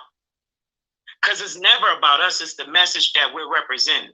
All of us still in the same boat regardless. Just because this city council we got, if you think something's going to change, okay. Unless we hold people accountable. That's See, fine. grassroots, we don't like to hold people accountable. And that's an issue. We got to start holding ourselves accountable. I don't know if we know what accountability looks like, though. We use that term very loosely, too. And it's going to be some like-minded people who make standards. Yep. We got time. We off. We ain't got to deal with nothing else. Yep. That's what I say. We got time. And build a coalition, because the coalition that we have in this city now is fucked up. I'm just going to keep it real. I'm not going to sugarcoat it at all. And we're allowing it. If it's something that I don't want to deal with somebody, I'm going to stop talking to you. Mm-hmm. But to lie and be deceitful because of your own personal problem, we need to realize a lot of these people have mental issues, and we can't afford to screw with that any longer, because our elections look like we're mental. Everybody tells it's slavery, it's this, it's that. No. It's personal bullshit. Yep. And they don't get caught on it. And they don't get caught on it. 400 years ago. Because, see, people kill me. We can't, anybody from 70 on back, we the aftermath. Mm-hmm. We can't tell you what they went through because we didn't go through it. But this aftermath bullshit here, and these ones who was in the struggle, instead of passing the torch, want to die in the struggle, has to stop. It has to stop. We'd rather uphold some corrupt shit instead of standing for what's right. You got so many people crying about Kwame, but wasn't crying that they used city services for Mike Duggan to sit on the front row of his wedding. Mm. You can't tell me that now wasn't the same, because the same stuff is going on. And he ain't nowhere in the play. This machine is bigger than black and white. And we need to understand that. It's not the white man, because the white man couldn't do what he allowed to do in Detroit if black people didn't let them do it. Mm-hmm. That's the problem. That is. I ain't gonna sit up here and call nobody out, because we know who they is. And see, for me, I'd rather see you face to face and tell you. I ain't got time to see this Facebook shit here. Got people screwed up. You got your main. We got people controlling people's minds and really don't know that these people ain't shit. Mm-hmm. You know, we get on there, we look at their lives, and you hear all this mess, and this person and that person. They the real poison. They the real poison. You can call out somebody, but you can't call out your own ass, because now it's hate. But you know, that's what I said about some of these folks on these radio shows. Don't come calling me talking about, well, somebody didn't say your name, but they talking about you. What did you call in and say you were supporting Nicole Small? Like, how you build somebody up by being a follower of them, but you can't, but you too scared to call them. I mean, when you really think about it, that's why we don't win either. That's why we don't win. They ain't gonna call them out on it. They ain't gonna say. And so you know they ain't gonna call out the one sitting right here on Facebook. Let me tell you something. Like I tell people with this community shit, you ain't paying me. I'm fighting for my rights. And I'm not gonna let anybody who I know damn well shouldn't be sitting at the table sit there. Yeah. Period. People feel that you don't, like, look, you got Coleman, you got Mary, you got Angela, or whoever else. And Gabriella, those three people, I'm going to hold you accountable, because this is where I live at. So don't come giving me no half-ass story where ain't nothing I can do, my hands is tied. If you ain't bringing it to the forefront, just like we had Roy one term, there'll be one term too. Because that's exactly what we're going to talk about. We have to ensure what we need to have is an accountability task force. Don't come over here with this shit if you ain't got no accountability to it. No council. We need an accountability council. Accountability council, right. You can call it whatever you want. Because you know these task force to hold these people they accountable. Just be taxing. If we can't hold you accountable, you shouldn't be sitting at the table. I said that from the charter. I'm saying it to the council. Same shit. I hold you accountable. When you decide to step in that arena, now it's your job. Friendship go to the side because this is your job. This is what I expect you to do. Thank you. I might like you personally, but if you ain't doing your job, guess what? We got to stop upholding bullshit. It must be stopped. And it's not what I'm not going to, don't call me talking about who did what. If it ain't pertaining, because right now, like you said, after, look, you got to November, I think it's 8th or 10th for use the certain application, because come January 1st with that water, you're going to want help. And guess what? I ain't seen none of y'all put a person in the space that understands this water fight. Yeah.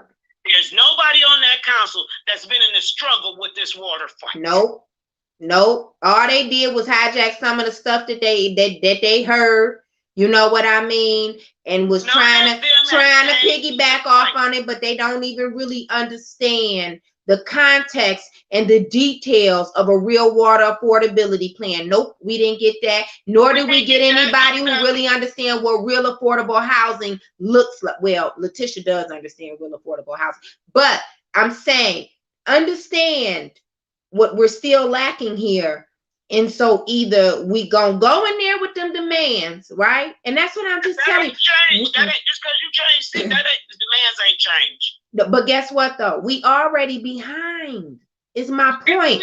Duggan has already made his calls. You could believe that. He didn't either. I'm gonna tell you something.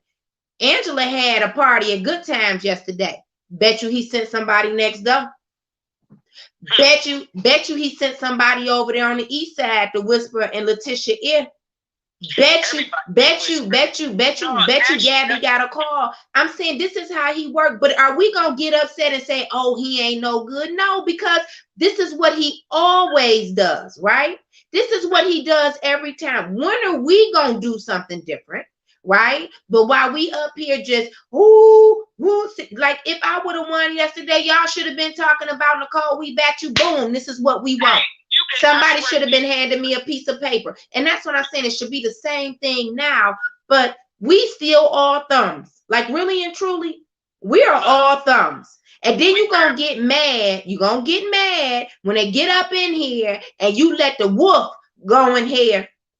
And the wolf gonna be leading them. That's what you're gonna be mad about. But let me tell you something. He's always been a snake. He's always been a wolf, and he's always operated this way. And so you can't get mad at him when you didn't create your own interest and your own protections, right? So what have we learned from this? Is what I'm saying. What have we learned? It's been spinning us around this whole decade. We've been spit. Every time, something gonna happen, we get spit. Where collectively, where is our agenda for Mike Duggan?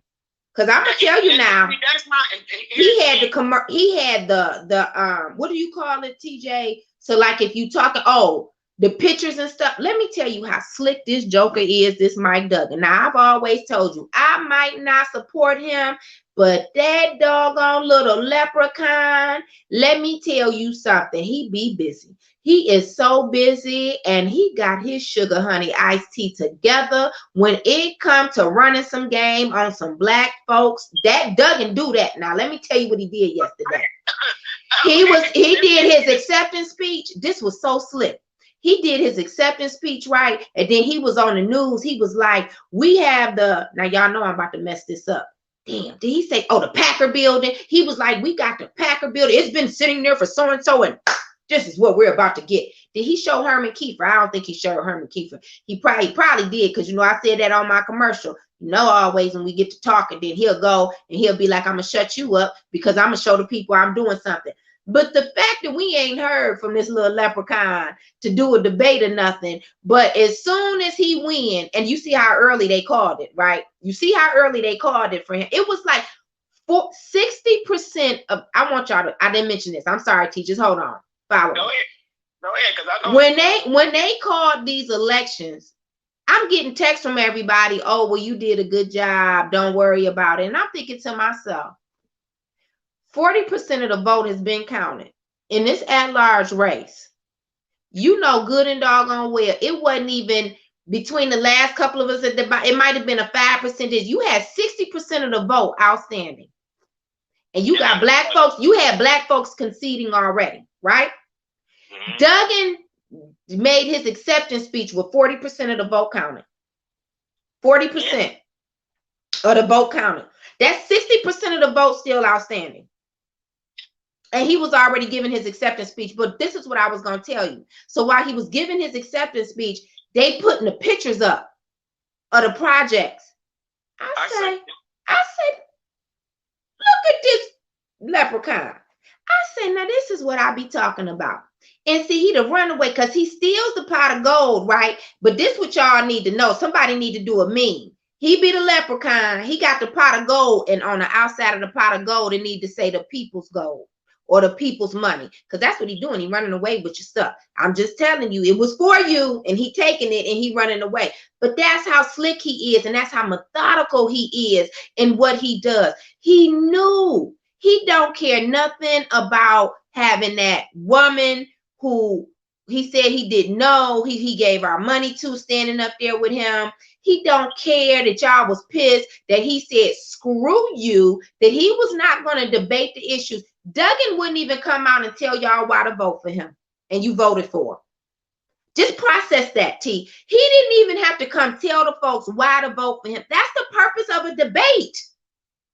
The debate had nothing to do with going up against Anthony. The debate was always going to say, this is why I am the better candidate. And nobody held a real debate for us. This is what they would always tell me. This is what they would tell me. You know, this is not a debate. This is just a forum. They never wanted to have a debate with me for at large because they already know. They never wanted to have a debate. And I wasn't never going to cuss nobody out, right? I wasn't. I was never going to cuss nobody out or nothing, but I was going to bring them facts. And so they didn't want to have that. What I'm telling the people of Detroit is not having debate was never about the opponent. It was to manipulate you into belief. Well, you know what? No, it was to not give exposure to the lack of qualifications. It was to not lend exposure to the lack of qualifications that an opponent had, who they had already created to be the winner, right? Like this election was not won yesterday. They had already won the election a while ago for some of these races. They did. And I don't know what Roy did. Now I'm gonna tell you, I don't know what Roy did, but ooh, that's something. You go next door, you find out. Yep. They was tearing his butt on next door. I was like, damn. I don't know what they did to allow that to happen. But I'm just telling you, that's what yesterday was about. But when I watched Duggan, I said, now this joker won't get a one dog. He wouldn't even come on, let it rip. But he was just the smile, and that smile that he had. Oh, and then they were showing them pictures, and them pictures look good. He know Anthony know what's going on. Yeah. That's the problem. He didn't go on there because he didn't know what Anthony was going with it. Yeah. That's why he didn't debate Anthony. Because if he was a nothing candidate, he would have did the debate so he could laugh at him the show. Mm-hmm. He knew he couldn't go on a debate with that man. He knew that.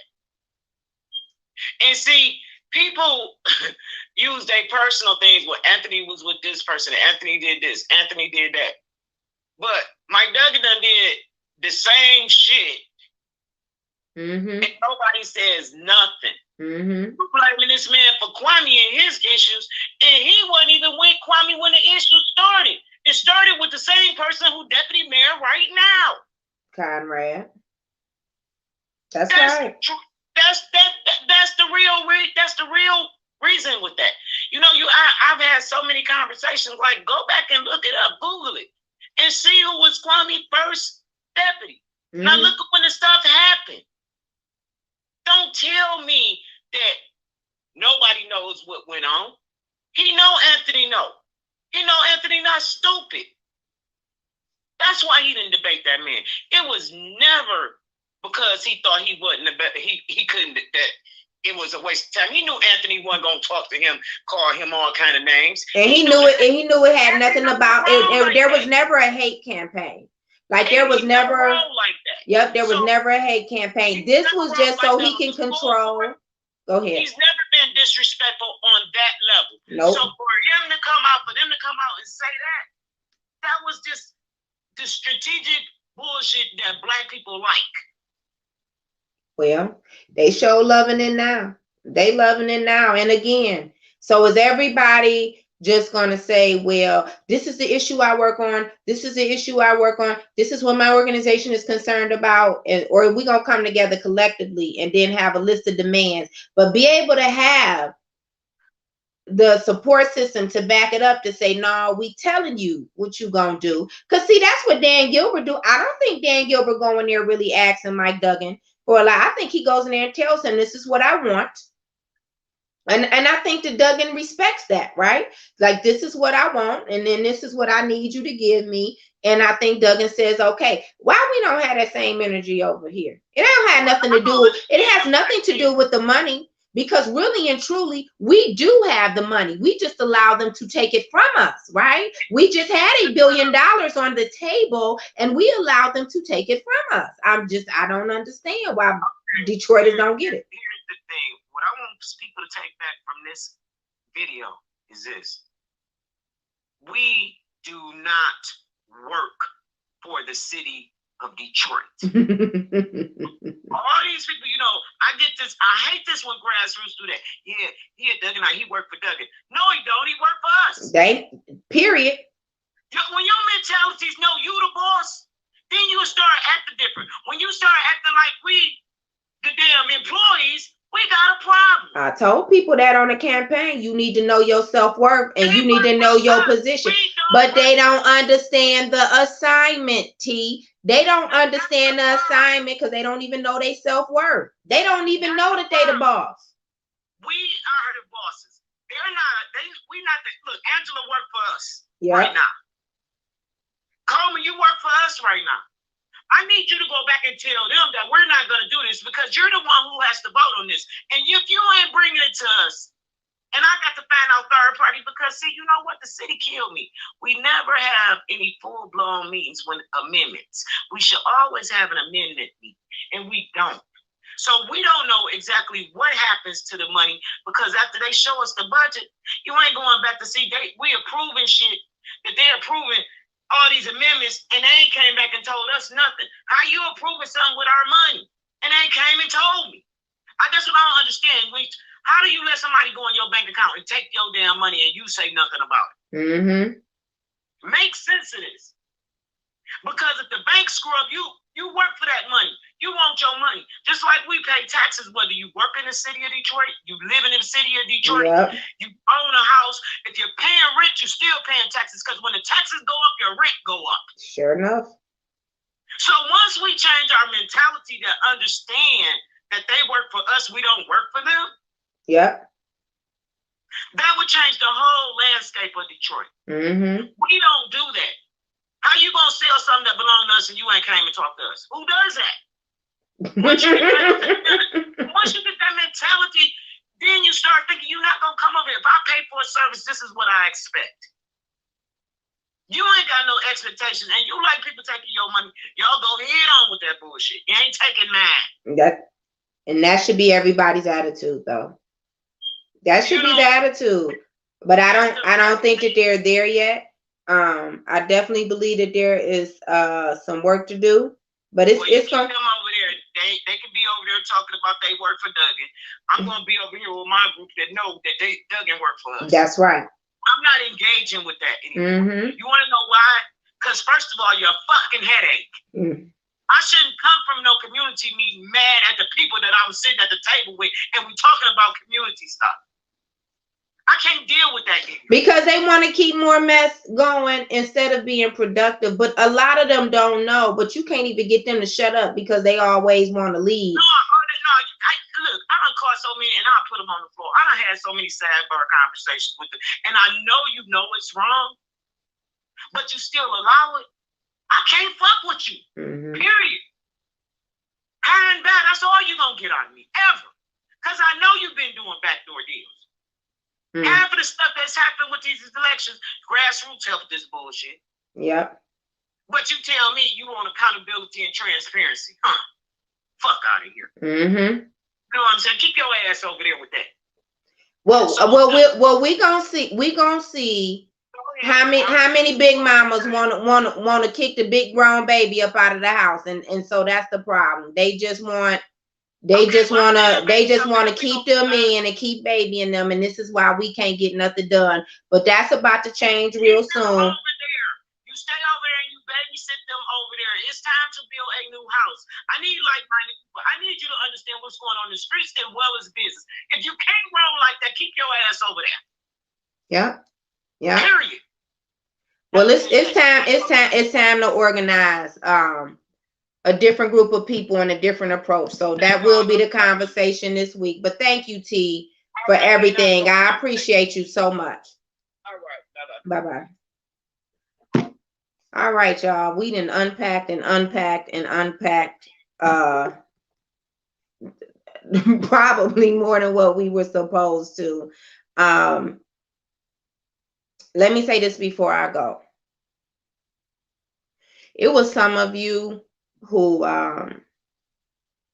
you lost some people in your life, and you stood behind me, and that meant so much. But also, there were some people that we lost during this election, and I just can't even describe to you, like, walking around with all of that burden. You know, I lost some people who really, they were some diehard supporters, and not to see them even like show up on a timeline used to be hard for me. So thank you, Odell Tate, for all that you invested in me and all of your encouragement. Thank you, Tony Knighton and Cousin Raynard.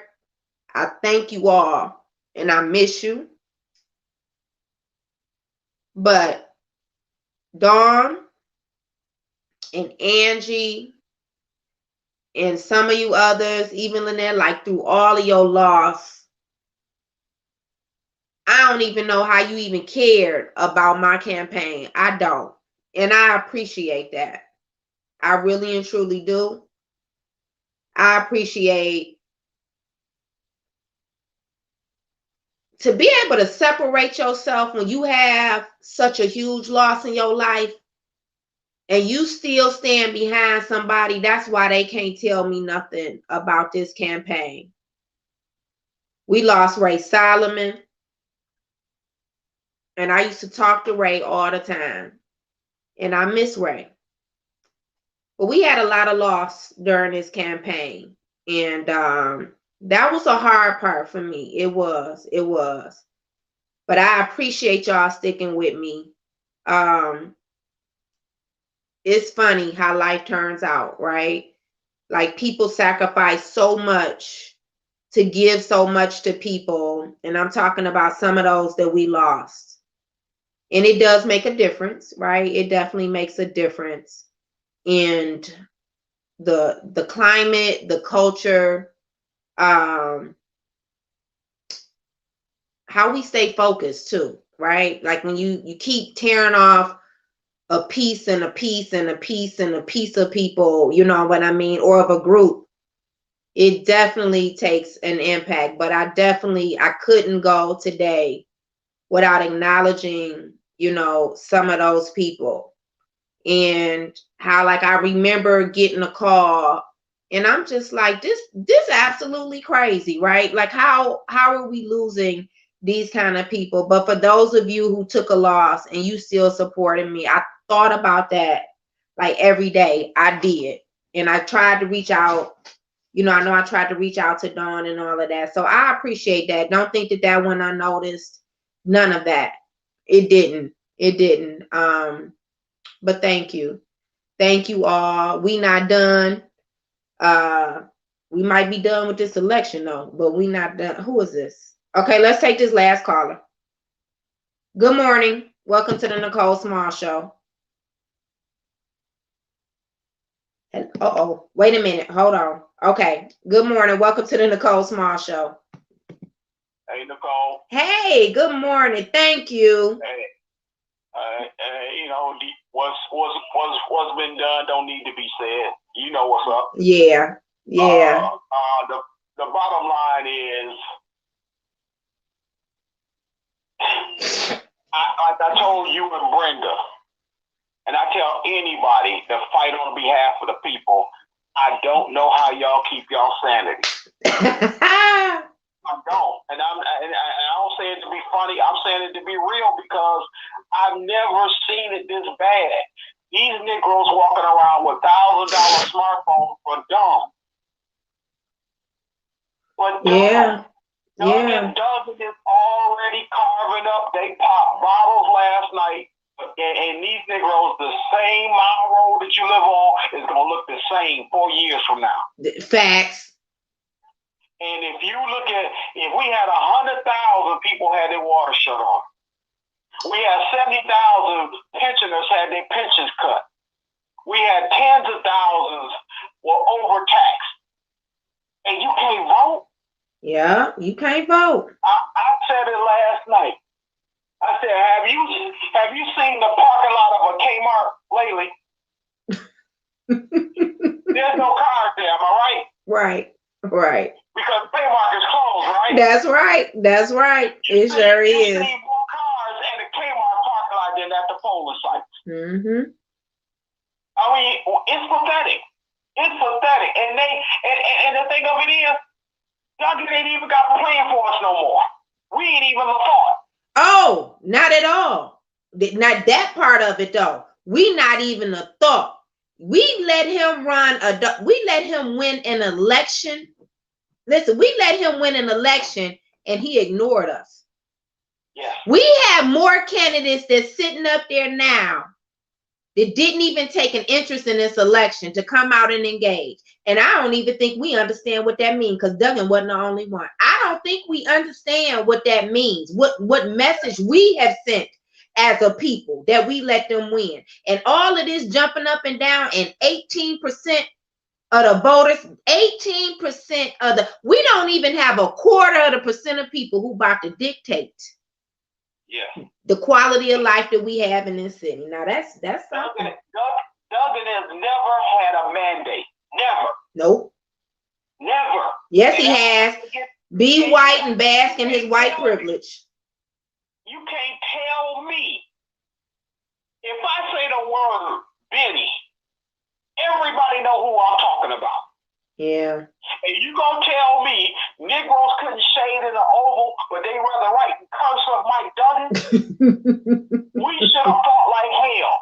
Just back then. Detroit public schools, it should have been a death match. Yeah. Because you can't be free if you can't read, if you can't write, if you can't add. Yeah. You can't let Dr. Reedy sit up here and make $312,000 of your money with 25% of the schools in student achievement in the tank. Yep. Yep. I mean, it's ridiculous.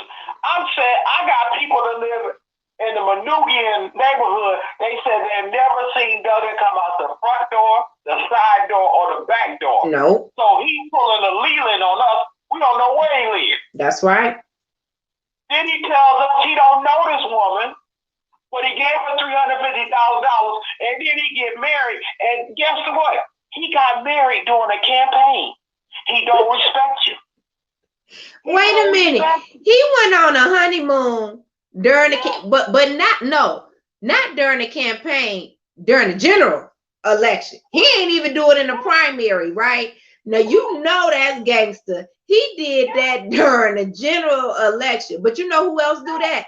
Remember last time when Janice Winfrey was running against Garland Gilchrist? This is why I be telling people about that Janice Winfrey. That little sister, I'm telling you, she gangster. Let me tell you why. I swear to you, Janice was posting pictures and she was going out of town. She was so unbothered or whatever. And it really isn't funny, right? But this is what they do. But the thing is that here we go again. How is it that we didn't select our candidate for clerk? If we know that the votes are the problem, just think about that. How is it that after Garland wasn't successful, that we didn't at that point in time select our candidate for clerk? How does that work? But we won't change. Exactly.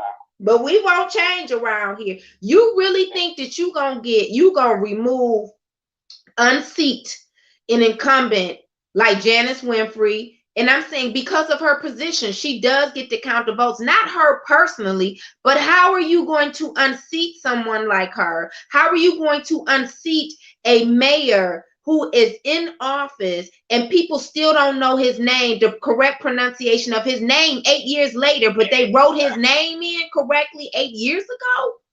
And we have a literacy issue here? Come on. Come on. You know, another death match we should have had is, I don't know if you remember this, but people can call in and fact check me if I'm wrong. I remember when she ran for Congress against John Conyers, she got more votes than any other opponent that ever ran against John Conyers. She sure did, Janice Winfrey. Sure That's did. what we should have known the fix was in. How the hell she gets that many votes that close to John Conyers? That's right. That's right. It's just, and then she got the nerve to tell her husband she getting death threats. That's why she carrying a gun. Come on, baby, let's move out the city. She told us in the article she moved out. Yes. And we still voted. Come on. But look, in your face. But also, you know what else we don't talk about is how we keep talking about, oh, we need our own media. And look, we can't even get the damn SOS send a message signal together. Do you understand me? The only way we would have 8 Negroes with walkie-talkies. Yeah, that's what I'm saying. We can't even get that together. But at the end of the day, the only way this is going to change is if we seriously create this apparatus so we can reach those people, right? And I don't mean, now let me tell you who can't do it. I don't mean these people who always, every time they hear a part of someone, hop on Facebook because they want to be the first to say, I told y'all. You don't even know what you're talking about. I mean, seriously. We're not going to get it through TV right now. We're not. Like you got them brothers over there, UIN and everything, who've been coming out. Like, if you want to support them, then build the apparatus on the ground so that we can direct people to go to them to get the messaging out on a broader scale, right? That's how it works. It doesn't start with UIN. It starts with us. That's what I'm trying to tell people. It starts with us creating that influence of a broader base of our people. You know why we lost yesterday? Because we don't apply pressure. We don't apply pressure in the right areas at the right time. We only apply pressure to each other. Right. That's true. You got all these Bloods and Crips and gangs for George Zimmerman and Dollar Roof still walking around free. Yeah. So they were busting guns at us, but won't bust the guns at the oppressor. That's right. I don't know what it's going to take. But I know one of the things we got to do is we got to stop letting these gatekeepers OJ us. If you claim you ain't black, you OJ, you can't come home no more. But is it just the gatekeeper? But why are the gatekeepers OJing us? This is what I'm trying to tell you. It's not that. The problem is those ones who we are still holding in the highest regard as, oh, they've been out here and they've been an activist for 30 years. Like, I do agree with Brenda on this. I agree with TJ on this. Like, we keep enabling them and they bull crap when they only come around when they want something. All right. And they not tried and true when they not tried and true to the cause. Because let me tell you something. Anytime that we allow anybody to publicly get out here make up lies on our own people who we know fighting the fight because you got your own issues and you tearing them up. Anytime you do that and we don't kick you off the island, it ain't them. It's not Mike Duggan. It's us. It's what I'm telling you. You know, people talk about Reverend Holly, and I'm telling you, I didn't defend it. I said, look, I don't have no problem with Holly for the simple fact that one thing about him, he has always been true to what he has said. Look, this who I'm supporting. My thing is, I can work with that. It's the people who use us to say that, oh, they're with us, and as soon as they get a certain number of followers, they jump ship, right? Because Duggan and them has always been consistent in coming to those people with some trinkets, right? How long had Malik Shabazz been out here fighting the fight, right? And if you thought that he wasn't going to take advantage, listen, I remember when Malik came aligned with Duggan. It was when Duggan knew that he was going to leave DMC. Listen to me.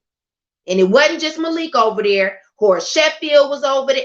I ain't even going to go through. It was quite a few of them going over there. What they did was they went through this corporate development department, right? Or community affairs. And I think Patty Kakulu was over there at the time. Duggan hired all of them. Remember when they were talking about redoing Sinai Grace? Remember that whole neighborhood push that they did at that time? Duggan knew that he was going to run for mayor. He knew he was leaving DMC. He knew Vanguard was going to come on. The acquisition was about to go down. This joker is methodical. I'm telling you, this Duggan, he is a slick. That leprechaun is slick. Let me tell you, he be on his sugar honey iced tea. This is what he did. He hired them. Paul Taylor, all of them was on there. And this is what I'm going to say about them black men. Because I don't remember any black women being on that list to see them. I don't. I remember it being the black men. And what he did was they got paid every Thursday and they was doing community work. Listen, I ain't lying to you. Like the honest to God truth. Facts. They just used to get to go and pick up a check. So then when he was going in the neighborhood, do you know where Sinai Grace is, brother? It's in District 2. It's in the highest voting district still to this day, highest education, highest turnout district, right? This is how smart he is. He didn't pick none of them other hospitals. He picked Sinai Grace, brought them in, and they was coming to community neighborhoods. Yeah, this is what we need. You know, we need input from the community. You need to have a quality hospital. Oh, hell, they still got green walls. Green little square tiles in some parts of Sinai Grace. I bet you still to this day. And that's what Duggan did. But do you see how he planned this out and how he brought them black brothers in there and gave them a few dollars? I guarantee you Malik Shabazz, no disrespect, but I bet you at that time he hadn't had a consistent income like that either ever or in quite some time. So that's what he did. He brought him and he found out where he was vulnerable and he targeted that.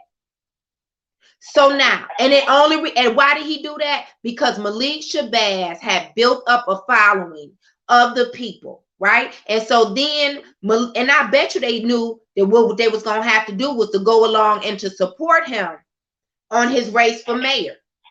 And he was on the radio. Now,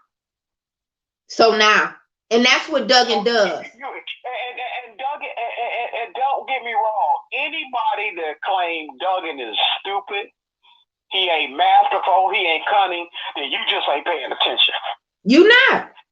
The man has done, this is his same MO everywhere he has gone. He come in, he buy up Negroes for trinkets. Because I guarantee you, when Duggan decides to leave, he gonna leave you with debt, and he gonna leave you with that $400 million pension hole. He ain't solved that. He is gonna do that. He is gonna do that. Now that's the truth. That's the truth. That's the truth. But I'm just saying we need to start clearly identifying who is a problem at the table. I just don't think Malik Shabazz is the problem at the table. Malik has taken a clear position. Malik is not pretending as if he does not support Mike Duggan. Ernest Johnson is not pretending as if he does not support Mike Duggan. Horace Sheffield was acting like he wasn't supporting Mike Duggan, but he is. But Malik wasn't. Malik has always been clear. How many times are we gonna allow people to come to the table? Horst Sheffield is the person I'm talking about. I'm talking about a guy that's wishy-washy, but he really exposed himself on Proposal B. He's done, in my book. Yeah. Now, I'm saying I agree with you 100%. Anybody like a Malik Shabazz, he already been telling you who he was. I've been wrote him. I already know where he's coming from. I'm talking about the snakes and the foxes. Me too. That's what we gotta ostracize from us. And when we start to be strategic, when we get a drum beat again, because we've got to start dialoguing like today. No, stop right there. Say that one more time. When? Today. Really should have been last night though. Really should have been last night, but I'm with you on today. That's why I'm with you on today. I'm with you. Listen, when them doggone 50,000 votes popped up for Janice Winfrey and Mike Duggan, when they was at 0%, we should have just picked up the phone. That's why I told y'all yesterday, we ain't about to be around here licking no wounds and snotting and snorting and crying no tears. If you want to cry a tear with I hope you done dried them tears by now. This is when you keep you take that momentum that you built, but you be clear about some standards moving forward. And what I'm saying to you, if you take it a few pegs down, even from the Horst Sheffields, I'm saying that there are some people who claim to be, and y'all just want to keep enabling this bull crap. All right. If you're not ready to take a stand and to kick some people off the island, it ain't never gonna work. That's what I'm telling you. It ain't never gonna work, and that has to start. First of all, we need to identify the people who need to be there. Now we're gonna make some mistakes now, okay? And then we're gonna have to start working, and then they're gonna act a fool, and we got to kick them out too. But if we establish some standards of conduct, right, and our expectations, we can do this, because that means that when they violate it and they mess up, you know you gotta go. See, we keep letting everybody in the room without any standards of conduct. And that's what we keep doing. You got to stay on the other side of the door if you cannot conduct yourself accordingly. And if you have already exposed yourself to be a traitor or a liability, you can't come in the room. And if y'all gonna get mad, oh, well, you know, I like her or I like him, that conversation not for you either. Then we gonna bring you in after we get the plan, and we just gonna need you to either support it or move out of the way. That's what I'm saying to you, brother. Like, we don't have no standards. We always, because somebody, well, they a good sister and they love the people. Look, somebody told me one time this year about, well, this person is a nice guy and they was running for office. I said, well, hell, I'm nice too. So what? I don't want you to support me because I said, what that have to do with somebody being qualified? Exactly. That's what we need to stop. So I'm with you on that. We need to start today. I'm hoping for a group of 5, whoever they may be, that's for the people. They develop a plan. Because we can't bring our plan to a group of people. Nope. Because then that's chaos. Yep. We got to have a plan already in place, and then maybe let the people, when we present the plan, they can put in a little filler. Yep. But the plan has got to be concrete, and it's got to be demands. It can't be on personality. Yep. I don't care what you wear. I don't care how you wear your hair. I don't care what kind of car you drive. It's got to be on the demands of the people, because Duggan ain't spending a dime of his money. That's our money. For sure. I'm with you. You stay strong. I will. Thank you, brother. I appreciate you, and I appreciate the support. If I can help, support, I can. I'll be reaching out to you. Thank you. All right. Okay, y'all. Now I'm tired. I haven't had any sleep, good sleep in probably about 30 days. So I appreciate all of you. I really want to get some sort of rest, but we are gonna have some conversations. You're gonna hear about some things coming out so we can move forward. We have actually increased our base of people who we know who vote, having access to them, bringing them in so we could stop this foolishness that every time they want to push something at the council level or the mayor, when he wants something, they could get 100 people on a call, and then they just gonna dictate how to destroy our best interests, right? So I will be reaching out. You'll be hearing from myself and probably a few others very, very soon, like is in the next day or two. And I appreciate you all again. Have a great day. I know you're disappointed, but that's all right. Look, it's really okay. I appreciate you. And I keep telling you, I really and truly do. Let's keep up the good fight, but let's improve our fighting strategy is what I want us to really and truly do. Let's improve our fighting strategy and get ready to make some serious decisions about some people who we just not gonna let enter into this space is what I'm saying. They can go off and do their own thing. No, we not all coming to the table. I told y'all that long before I decided to run. We're not gonna do that because that's why the table broke, because it's too much weight on it. Hear that? The weight got a 200-pound, no. The table got a 800-pound weight limit, and we always trying to put a ton on there. See, that mean because there's too many people in there and they're not supposed to be there. It's like being on the elevator. You put too many people and too much weight on there, what's going to happen? It's going to fall. So we're going to stop that. That's what we're going to do. We're going to stop that. Y'all have a great day. Be safe, and I'll talk to you soon.